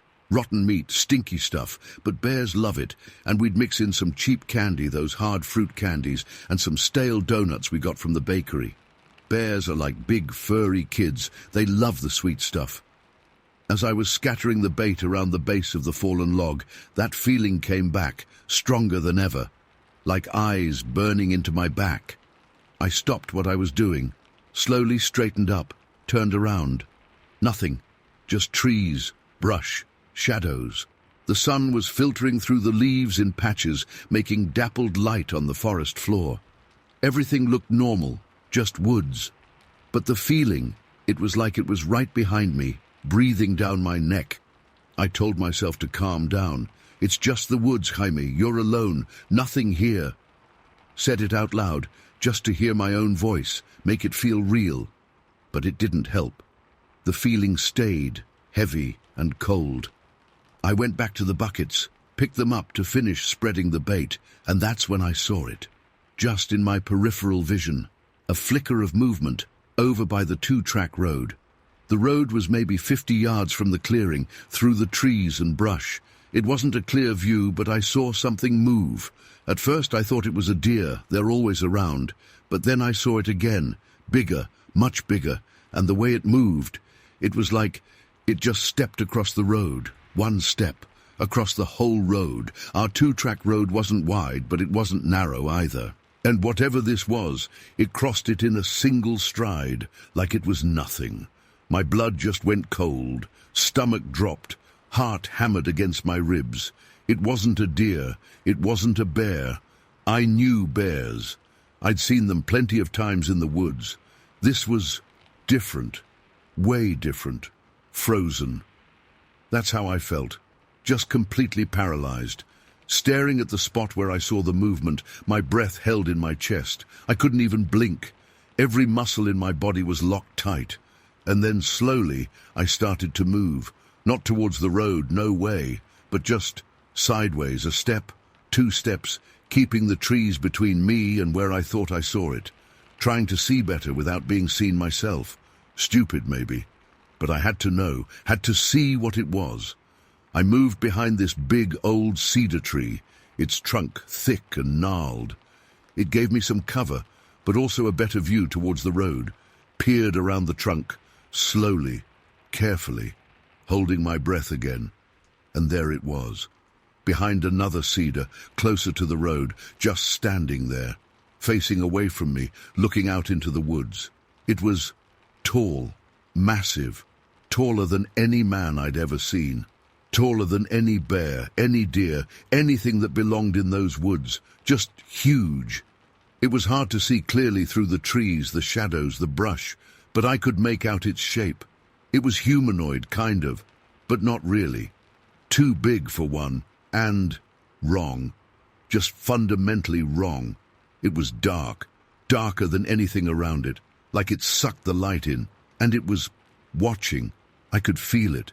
Even though it was facing away, I knew it was watching something. Watching the woods. Watching me. My heart was trying to beat its way out of my chest now. Fear, pure, ice-cold fear was flooding through me. I wanted to run, to scream, to do anything but stand there and look at it. But I was still frozen, just peering around that cedar, watching this thing, and then it turned its head. Slowly, deliberately, like it heard me breathing, even though I was trying not to make a sound. It turned its head and looked right at me. I couldn't see its body clearly anymore. The cedar was in the way. But I saw its face, just its face, peeking out from behind the tree. And that's what I'll never forget. It was dark, black, like obsidian, that black glass they make knives out of. Completely black, no features, no eyes, no nose, no mouth, just blackness. But there were eyes. I know there were eyes, because I saw them. Or maybe I didn't see them in the way you see normal eyes. But I felt them, focused on me, burning into me. And they weren't empty. They weren't just black. There was something in them, something old, something dark, Something hungry, that's the only word for it. Hungry. Not hungry for food, but hungry for something else. Something you couldn't name, but you knew you didn't want it to be hungry for you. In that moment, staring into that face, something snapped in me. The fear finally broke the paralysis. But it wasn't the kind of fear that makes you fight. It was the kind that makes you run. Blindly, desperately. Run for your life. I didn't think. I didn't plan. I just turned and ran. Ran like I'd never run before. Tripping over roots, branches whipping my face, lungs burning, heart pounding, just running, away from that clearing, away from that thing. I ran all the way back to the truck, didn't even stop to catch my breath, just scrambled into the cab, fumbled with the keys, jammed them in the ignition, and started the engine. Tires spitting gravel, I spun the truck around and hammered the gas pedal, back up that two-track road, bouncing and swaying, branches scratching the paint, not caring about anything but getting out of there, getting away from those woods. I didn't slow down until I was back on the paved road, heading back to Pinhal Redondo. Even then, I kept looking in my rearview mirror, expecting to see something chasing me, but there was nothing, just empty road behind me. I drove all the way home without stopping, parked in the driveway, went inside and locked the door behind me. Sat in the kitchen, just shaking, heart still racing, breath still ragged. I felt cold, even though it was still warm outside. I felt dirty, like something had touched me, something wrong. I didn't tell anyone about it right away, not even Zay. I was embarrassed, I guess. It sounded crazy, even to me, a giant black-faced thing in the woods. People would think I was nuts, or drunk, or just imagining things. For weeks, I couldn't sleep right. Every time I closed my eyes, I saw that face, that black, featureless face with those eyes. I kept seeing it standing behind that cedar tree, watching me. I kept feeling that cold, heavy feeling, like it was still there, just outside my window, watching me now. Eventually, I told Zay. He listened, quiet, not interrupting. When I was done, he just nodded slowly. Didn't laugh, didn't call me crazy. Just said, "You know that feeling we always got out there, in Villa Carvalho?" I nodded. "Maybe," he said. "Maybe that's why." We never went back to that bait spot. Not ever. We found new spots, further away, spots that felt normal. And I never went into those woods near Villa Carvalho again. Not even during hunting season, just couldn't bring myself to do it. People ask me sometimes why I stopped hunting bear. They say, "Jaime, you were the best bear hunter around. What happened?" And I just shrug, say I lost interest. They don't need to know the real reason. They wouldn't understand. To this day, I don't know what I saw out there in the woods. Was it real? Was it something I imagined? Some trick of the light? Some fear-fueled hallucination? I don't know, but I know what I felt, I know what I saw, and I know I will never ever forget that face in the trees. Sometimes, late at night when everything's quiet, I still get that feeling of being watched. And I wonder, is it still out there, still watching, waiting? I don't know. And I really, really don't want to find out. Story 14. It was just a normal Thursday, you know. Fall in 97, those days where the air starts getting that crisp bite. Leaves are all colors, but mostly brown and yellow, and everything just feels still. Bosque de Pinheiros was always like that. Still. Peaceful. Too peaceful sometimes. I was home, just finished dinner, doing dishes. My daughter Jenny, she lived a few towns over with her husband Mark and our grandkids. They had this old mutt, Buster. Sweetest dog, loved the kids to pieces. Jenny calls, voice all shaky, like she's been crying. "Mom," she says, and I can hear the kids yelling in the background, which makes it even harder to understand her. "Mom, Buster, something's wrong with Buster." My heart just jumped. Buster was family. I ask her to calm down and tell me what's going on. She's gasping a little, says she found him in the living room floor, shaking all over, like really bad shaking. She said his eyes were rolling back, and he was foaming at the mouth. Seizures, I thought immediately. Scary as hell. Seizures in animals. He won't let us near him, Mum. He's growling if we try to touch him, but it's not normal growling. It's like he's scared, really scared, but also angry. He keeps trying to get under the bed, but he's too big and he's thrashing, Mom. I tell her to try and stay calm, keep the kids away from him, don't try to touch him, just call the vet. She says she already tried, but it's after hours, just the answering machine. The emergency vet is miles away in the next county. Panic was rising in her voice, and honestly, in mine too. Buster was a big dog, but so gentle. Something seriously wrong for him to act like that, especially with Jenny and the kids who he adored. Mom, what do I do? I'm so scared. What if he dies? I told her, I'm coming, honey. I'll be right there. Hung up the phone, adrenaline pumping. My boyfriend, Mark, funny enough, same name as her husband, he was out of town on a fishing trip with his buddies up north. So it was just me. I grabbed my keys, thinking about driving out there alone. It's a good 40-minute drive, and it's getting dark already. Then I remembered Miguel. Miguel was a good friend, lived just a couple streets over. He was always ready to lend a hand, anytime, any day. I called him, explained quickly about Buster, about Jenny, about the seizures, the vet being closed. Didn't even have to ask. I'm on my way, Lara, he said, just like that. Thank God for Miguel. He was there in 5 minutes, in his beat-up old Chevy Blazer S10. That thing was a tank, but reliable. I jumped in and we took off. The whole drive, my stomach was twisted in knots. I kept picturing Buster shaking, Jenny's terrified voice. We drove fast, maybe too fast on those back roads, but I didn't care. I just needed to get to Jenny. We got to their house, lights were on, and it looked normal from the outside, but inside, I could feel the tension hanging in the air the second I walked in.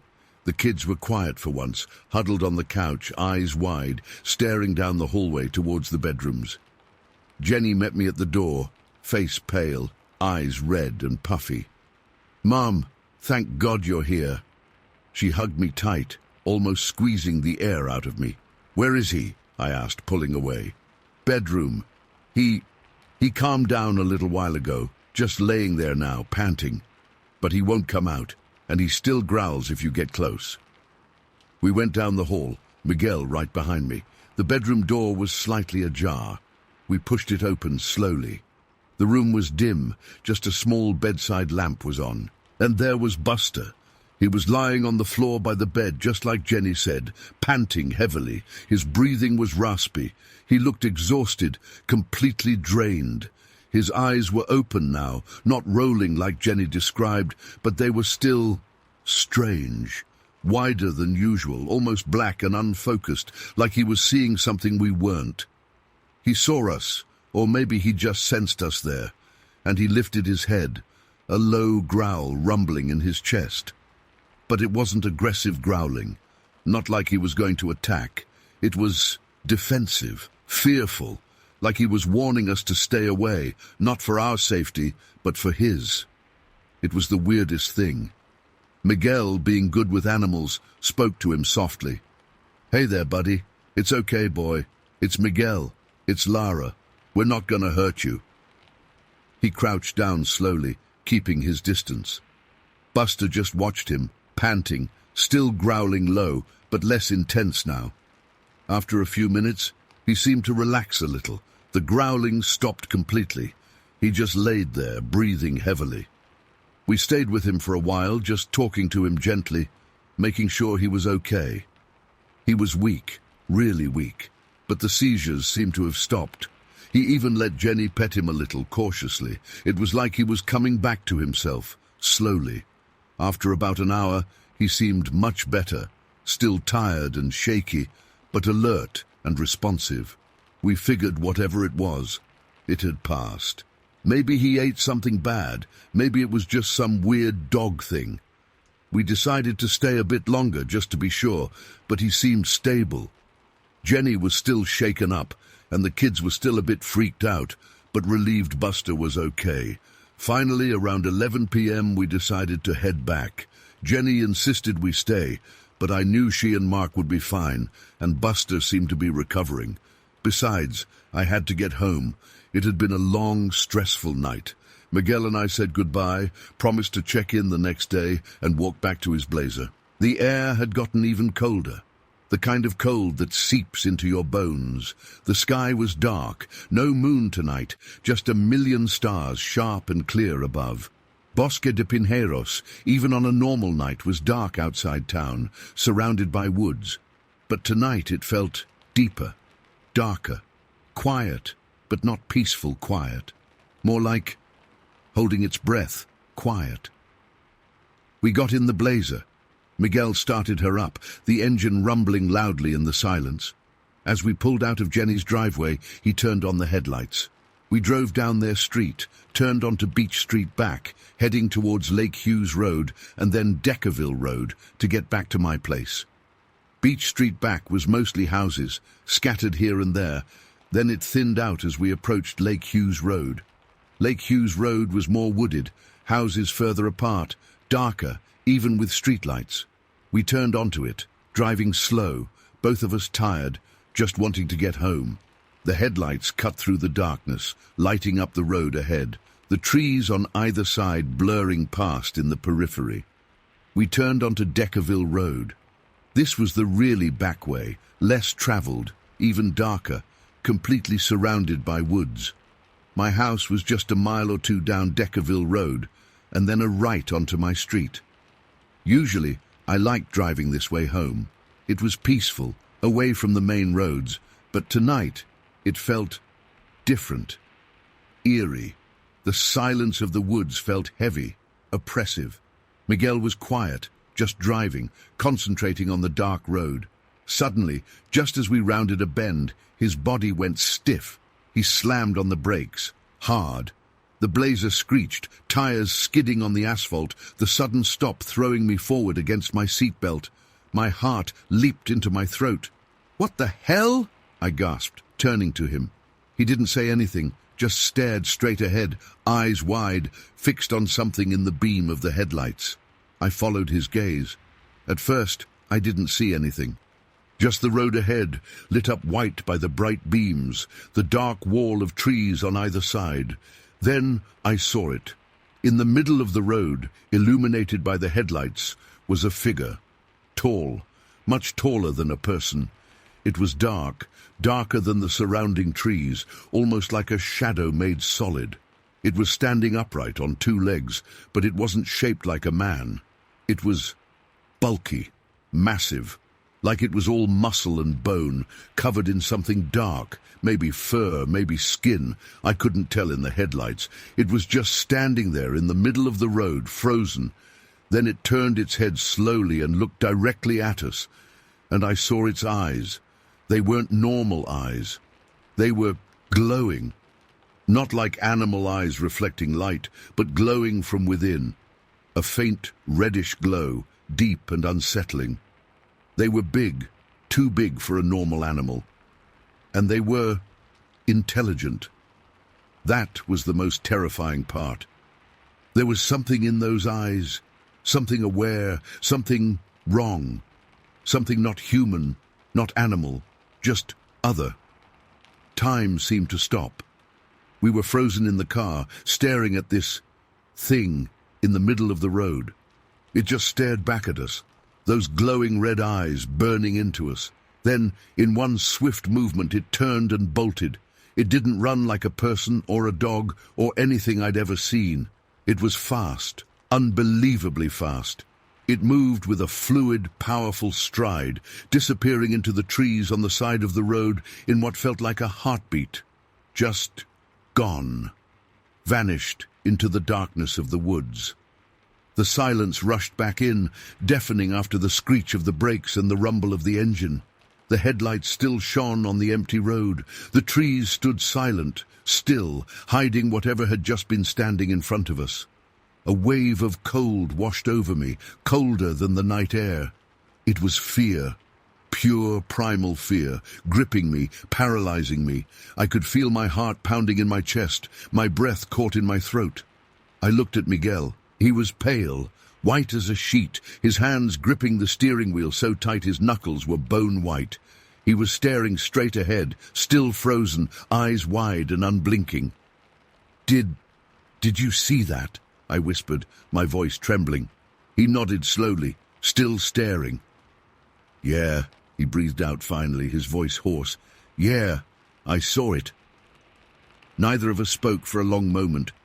Just sat there, in the dark, in the cold. The image of that thing burned into our minds.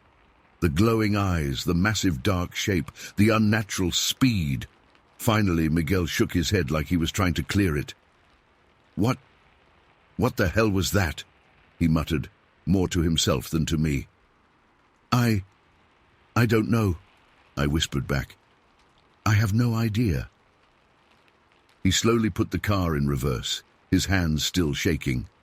Maybe we should go back, see if it left anything?" He didn't sound convinced, and neither was I.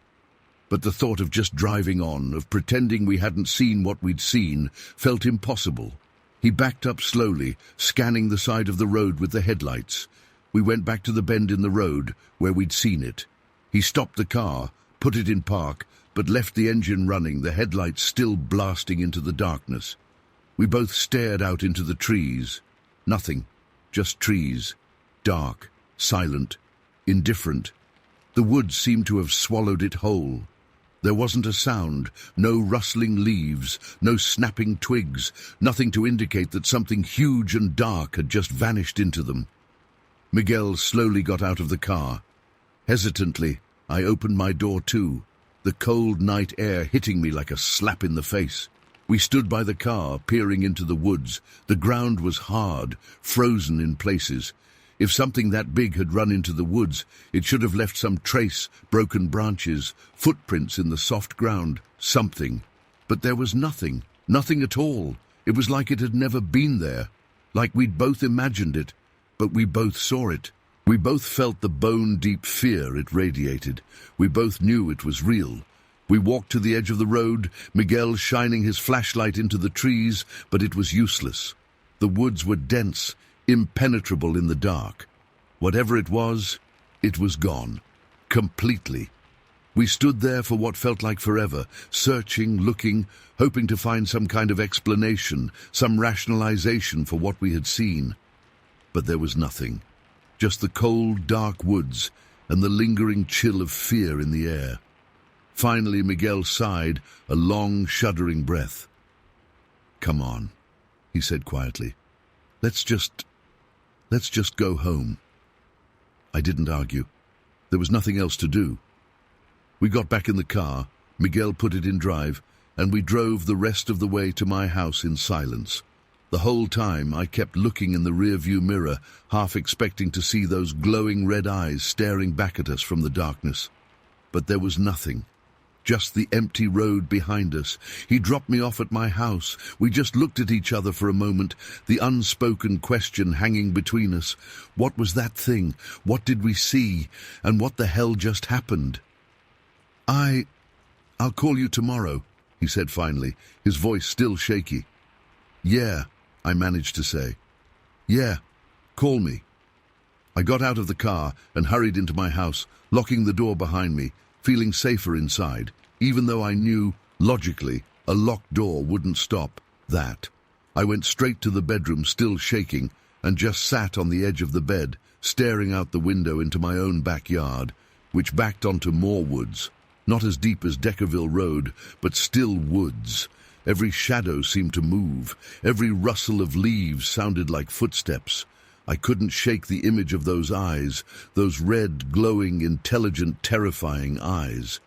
I stayed up most of the night, couldn't sleep. Every creak of the house, every sigh of the wind made me jump. I kept expecting to hear something outside, to see something at the window, but nothing came. The night passed, slow and agonizingly, and eventually grey dawn started to creep into the sky. I never saw it again. Neither did Miguel, as far as I know. We talked about it a few times after, tried to make sense of it, but there was no sense to be made. We looked in books, online. Back then the internet was still new, but we tried to find anything, any explanation, any reports of similar things in the area. Nothing, just silence. Bosque de Pinheiros went back to being peaceful, too peaceful.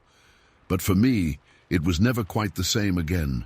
Every time I drive down Deckerville Road, especially at night, I still get that cold feeling in the pit of my stomach. I still scan the side of the road, headlights piercing the darkness, half expecting to see those glowing eyes again. Part of me knows it was real, that we both saw something that night, something impossible, and another part of me just wants to forget it ever happened, to pretend it was just a trick of the light, a bad dream. But I can't. I'll never forget those eyes. And I still have no idea what it was we saw that night on Deckerville Road, and I don't think I ever will. Story 15. Okay, so I guess I'm finally going to write this down. Been putting it off for years, decades even. Talking about it, even just thinking about it properly, still messes with my head. But reading some of the stuff you guys share here, well, feels like maybe someone out there gets it. Like maybe someone won't just look at me like I'm completely nuts. It happened when I must have been around 14, maybe 15. Growing up on the farm near Bosque de Pinheiros, life was pretty normal. You know, chores, school, hanging out with friends in town sometimes, but mostly it was the farm, especially in the fall. Autumn there is something else, man. The air gets crisp, that smell of burning leaves and damp earth hangs around everywhere, and the woods were alive. Not in a scary way, not back then anyway. They were just full of everything. Colors bursting out all over, the sound of leaves crunching under your boots. And of course, hunting season. That was a big deal. My dad and I, and sometimes my uncle, we'd spend days out there. It wasn't just about getting something to bring home. It was about being out there, you know. The quiet, the smells, feeling like you were part of something bigger than yourself. This day, it started like any other fall day. Cool morning air biting at my face when I stepped outside.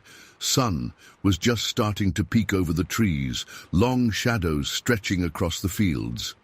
Dad was already up, making coffee and getting ready. We grabbed our rifles. Mine was an old lever-action 30-30, nothing fancy, but it was mine, you know, and headed out. We usually hunted together in the mornings, sticking to the parts of the farm that backed onto the state forest. It was family land for generations, but we always respected the edge, knew where our property ended and the deeper woods began. That morning we split up. Dad wanted to check a spot by the creek, said he'd seen deer tracks there the day before. I was okay with it. I liked wandering on my own sometimes. Gave me a sense of being grown up, even though I knew Dad wasn't ever really that far away. We agreed to meet back at the edge of the field in a couple of hours. So, I started walking, heading into the woods on the north side of our land. The leaves were thick underfoot, making a soft rustling sound with every step. Sunlight filtered down through the trees in patches, lighting up the yellow and red leaves on the forest floor. It was peaceful, just the sounds of the woods around me, birds calling, the wind whispering through the branches. I wasn't really expecting to see anything right away, just enjoying the walk, keeping my eyes open. I moved slowly, quiet as I could, scanning the trees and brush. After maybe an hour, I was deeper in than I usually went alone. Still on our land, I was pretty sure, but further into the woods than I normally explored by myself, and that's when I saw him. At first, I didn't even register what I was looking at. It just looked odd, sort of a lump in the trees. I stopped walking, squinted, trying to make sense of it. He was just there, leaning against a tree branch. Except it wasn't really leaning on it, more like draped over it. This was a pretty big oak tree, one of the old ones that had been there forever, and this branch, It was thick, sure, but it was way up there, 10 feet off the ground. Easy, maybe more. As my eyes adjusted, I started to make out more detail. It looked like a person, but dressed weird. He was wearing furs, like animal skins, not like a modern hunting jacket, but actual rough-looking fur, all shaggy and dark. It covered his whole body as far as I could see, head to toe. And he was kind of curled up on this branch, his head lolling to one side, almost like he was asleep, or something else. Not quite right. My first thought was some homeless guy had wandered off the road and into our woods, but that didn't make any sense. No homeless person I'd ever seen dressed like that. And how did he get up that tree, especially onto that high branch, looking so relaxed? A weird feeling started creeping into my gut. Not exactly fear, more like unease. Something felt wrong, but I was also curious, and maybe a little annoyed. This was our land. Who was this guy hanging out in our trees dressed like some kind of mountain man? So I started walking towards him, slowly at first, then a little faster as I got closer. I kept my rifle pointed down, not wanting to spook him if he was just some harmless weirdo. But I was ready, you know? Just in case. When I got closer, maybe 20 yards away, I stopped again. I wanted to get a better look before I said anything, and that's when I really saw him. Up close, the furs were even stranger, rough, matted, dark brown and grey, and underneath them I could just make out the skin, pale, almost sickly looking, and his face, mostly hidden by the shadow and his slumped position, but I could see part of it. Long, stringy dark hair hanging down, a pointed chin. Something about his face, it just felt wrong, not human exactly, or not fully human. I still couldn't tell if he was asleep or just still. He was so unnaturally still, like a statue made of fur and bone. The silence in the woods seemed to press down all around me. Even the birds had stopped singing. Finally, I cleared my throat, tried to sound firm like my dad would. "Hey!" I yelled, my voice echoing a bit in the quiet woods. "Hey, you! Up there!" Nothing. He didn't move, still slumped on the branch like he hadn't even heard me. Maybe he was asleep, or maybe he was deaf. I took a couple more steps closer. "Hey, mister!" I shouted again, louder this time. "This is private property. You gotta get out of here." That time, he moved. It wasn't like waking up normal. There was no stretching, no yawning, no slow opening of eyes. It was like a switch flipped. 1 second he was completely still, the next he was alert. His head snapped up, faster than anything I'd ever seen, and he straightened up on the branch, still hunched over, but now facing me directly. And that's when I saw his face, full on, and God, I will never ever forget that face. It wasn't human, not really. It was long, too long, and thin. The skin was stretched tight over the bones, almost translucent. The eyes, Jesus, the eyes. They were huge, oversized and black, completely black. No whites, no pupils, just black pits staring right through me, like looking into nothingness. And the worst part, it wasn't just the way he looked, it was the expression, or lack of it. There was nothing there, no recognition, no surprise, no anger, no anything. Just blank, empty, cold, like looking at something that wasn't alive, but somehow was. He stared at me for maybe a second, maybe two. It felt like forever. My breath caught in my throat. My heart started pounding in my chest like it was trying to break free. I wanted to say something else, to yell again, but my voice was gone, frozen in my throat. Then he moved. Again, it was fast, impossible fast. He didn't climb down, didn't jump. He just launched himself off the branch, like he was shot out of a cannon. He flew upwards, not downwards, straight up into the air, right through the branches above him. I blinked, just for a second, maybe less, and when I opened my eyes, he was gone, just gone, vanished. The branch was empty. The air was still. The woods were silent again, except for the frantic pounding of my own heart. I stood there, frozen, staring up at the tree, at the branch, trying to understand what I had just seen, trying to tell myself I was imagining things, that it was just a trick of the light, or I'd fallen asleep standing up or something. But I knew I hadn't. I knew what I'd seen. I'd seen something. Something that wasn't human. Something that moved in ways that weren't possible. Something with eyes that were like holes in the world. And the branch. That branch.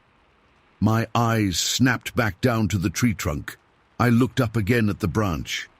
And that's when the real terror hit me, because that branch, it was too high, way too high. I'm not a little kid. I'm a teenager, pretty tall for my age. I knew trees. I'd climbed trees my whole life.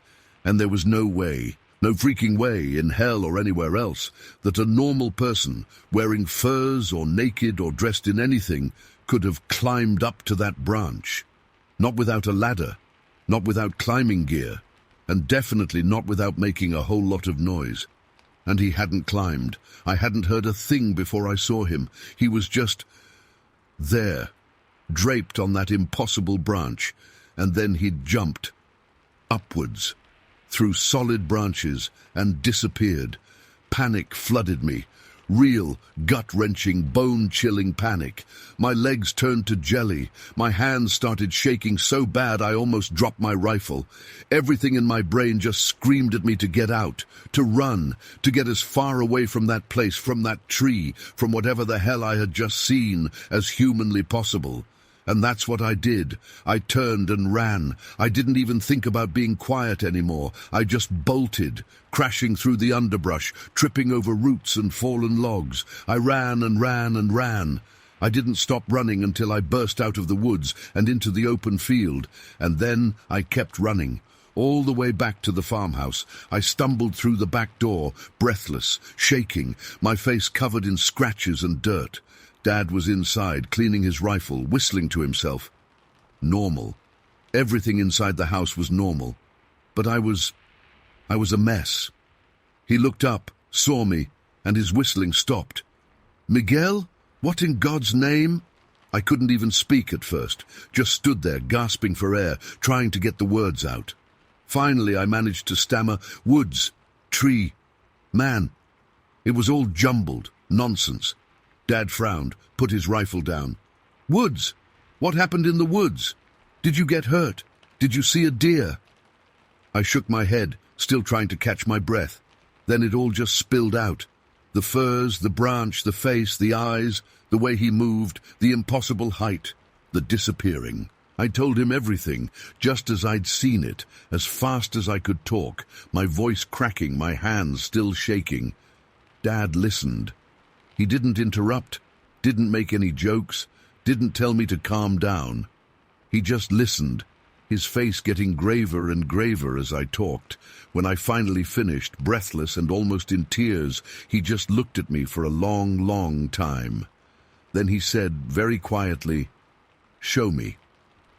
And I knew I had to. As terrified as I was, I knew I couldn't just leave it like that. I had to show him. Maybe he'd see something. Maybe he'd have an explanation.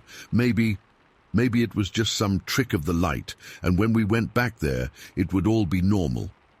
So we went back. Dad grabbed his shotgun, loaded it, and we walked back into the woods. I led the way, my heart pounding again with every step. It felt different going back. The woods were darker now, the sun was higher, but the light seemed dimmer under the trees. The air felt colder, the silence was heavier, more expectant. We walked in silence until we got to the tree. The oak, the one with the impossible branch. I pointed. My hand was still shaking. "There," I whispered. "Up there. That branch. That's where he was." Dad looked up. He looked at the branch. He looked at me. Then he looked back at the branch. He circled the tree slowly, his shotgun held ready. He examined the trunk, the base, the ground around it. He didn't say anything. After a few minutes he stopped. He turned to me, his face pale. Not just worried pale, but scared pale. A look I'd never seen on my dad's face before. "Miguel," he said, his voice low and strained. That branch is at least 15 feet off the ground." 15 feet. I'd guessed 10, but 15, Jesus. 15 feet straight up, with no lower branches anywhere near it. Just smooth, rough bark all the way up to that one impossibly high branch. He looked at me again, his eyes wide. Did you really see someone up there?" I nodded, tears welling up in my eyes again. "I swear, Dad, I swear on everything. I saw him, just like I told you." He put a hand on my shoulder, squeezed it tight. "Okay," he said, his voice still shaky. "Okay, Miguel, I believe you." And that was it. We walked back to the house.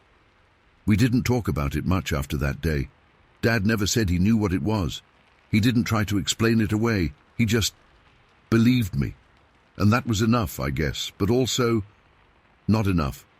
We never went hunting in that part of the woods again. Not ever. Dad said it was just not a good place anymore. He didn't elaborate, and I didn't ask. We both knew. We both felt it.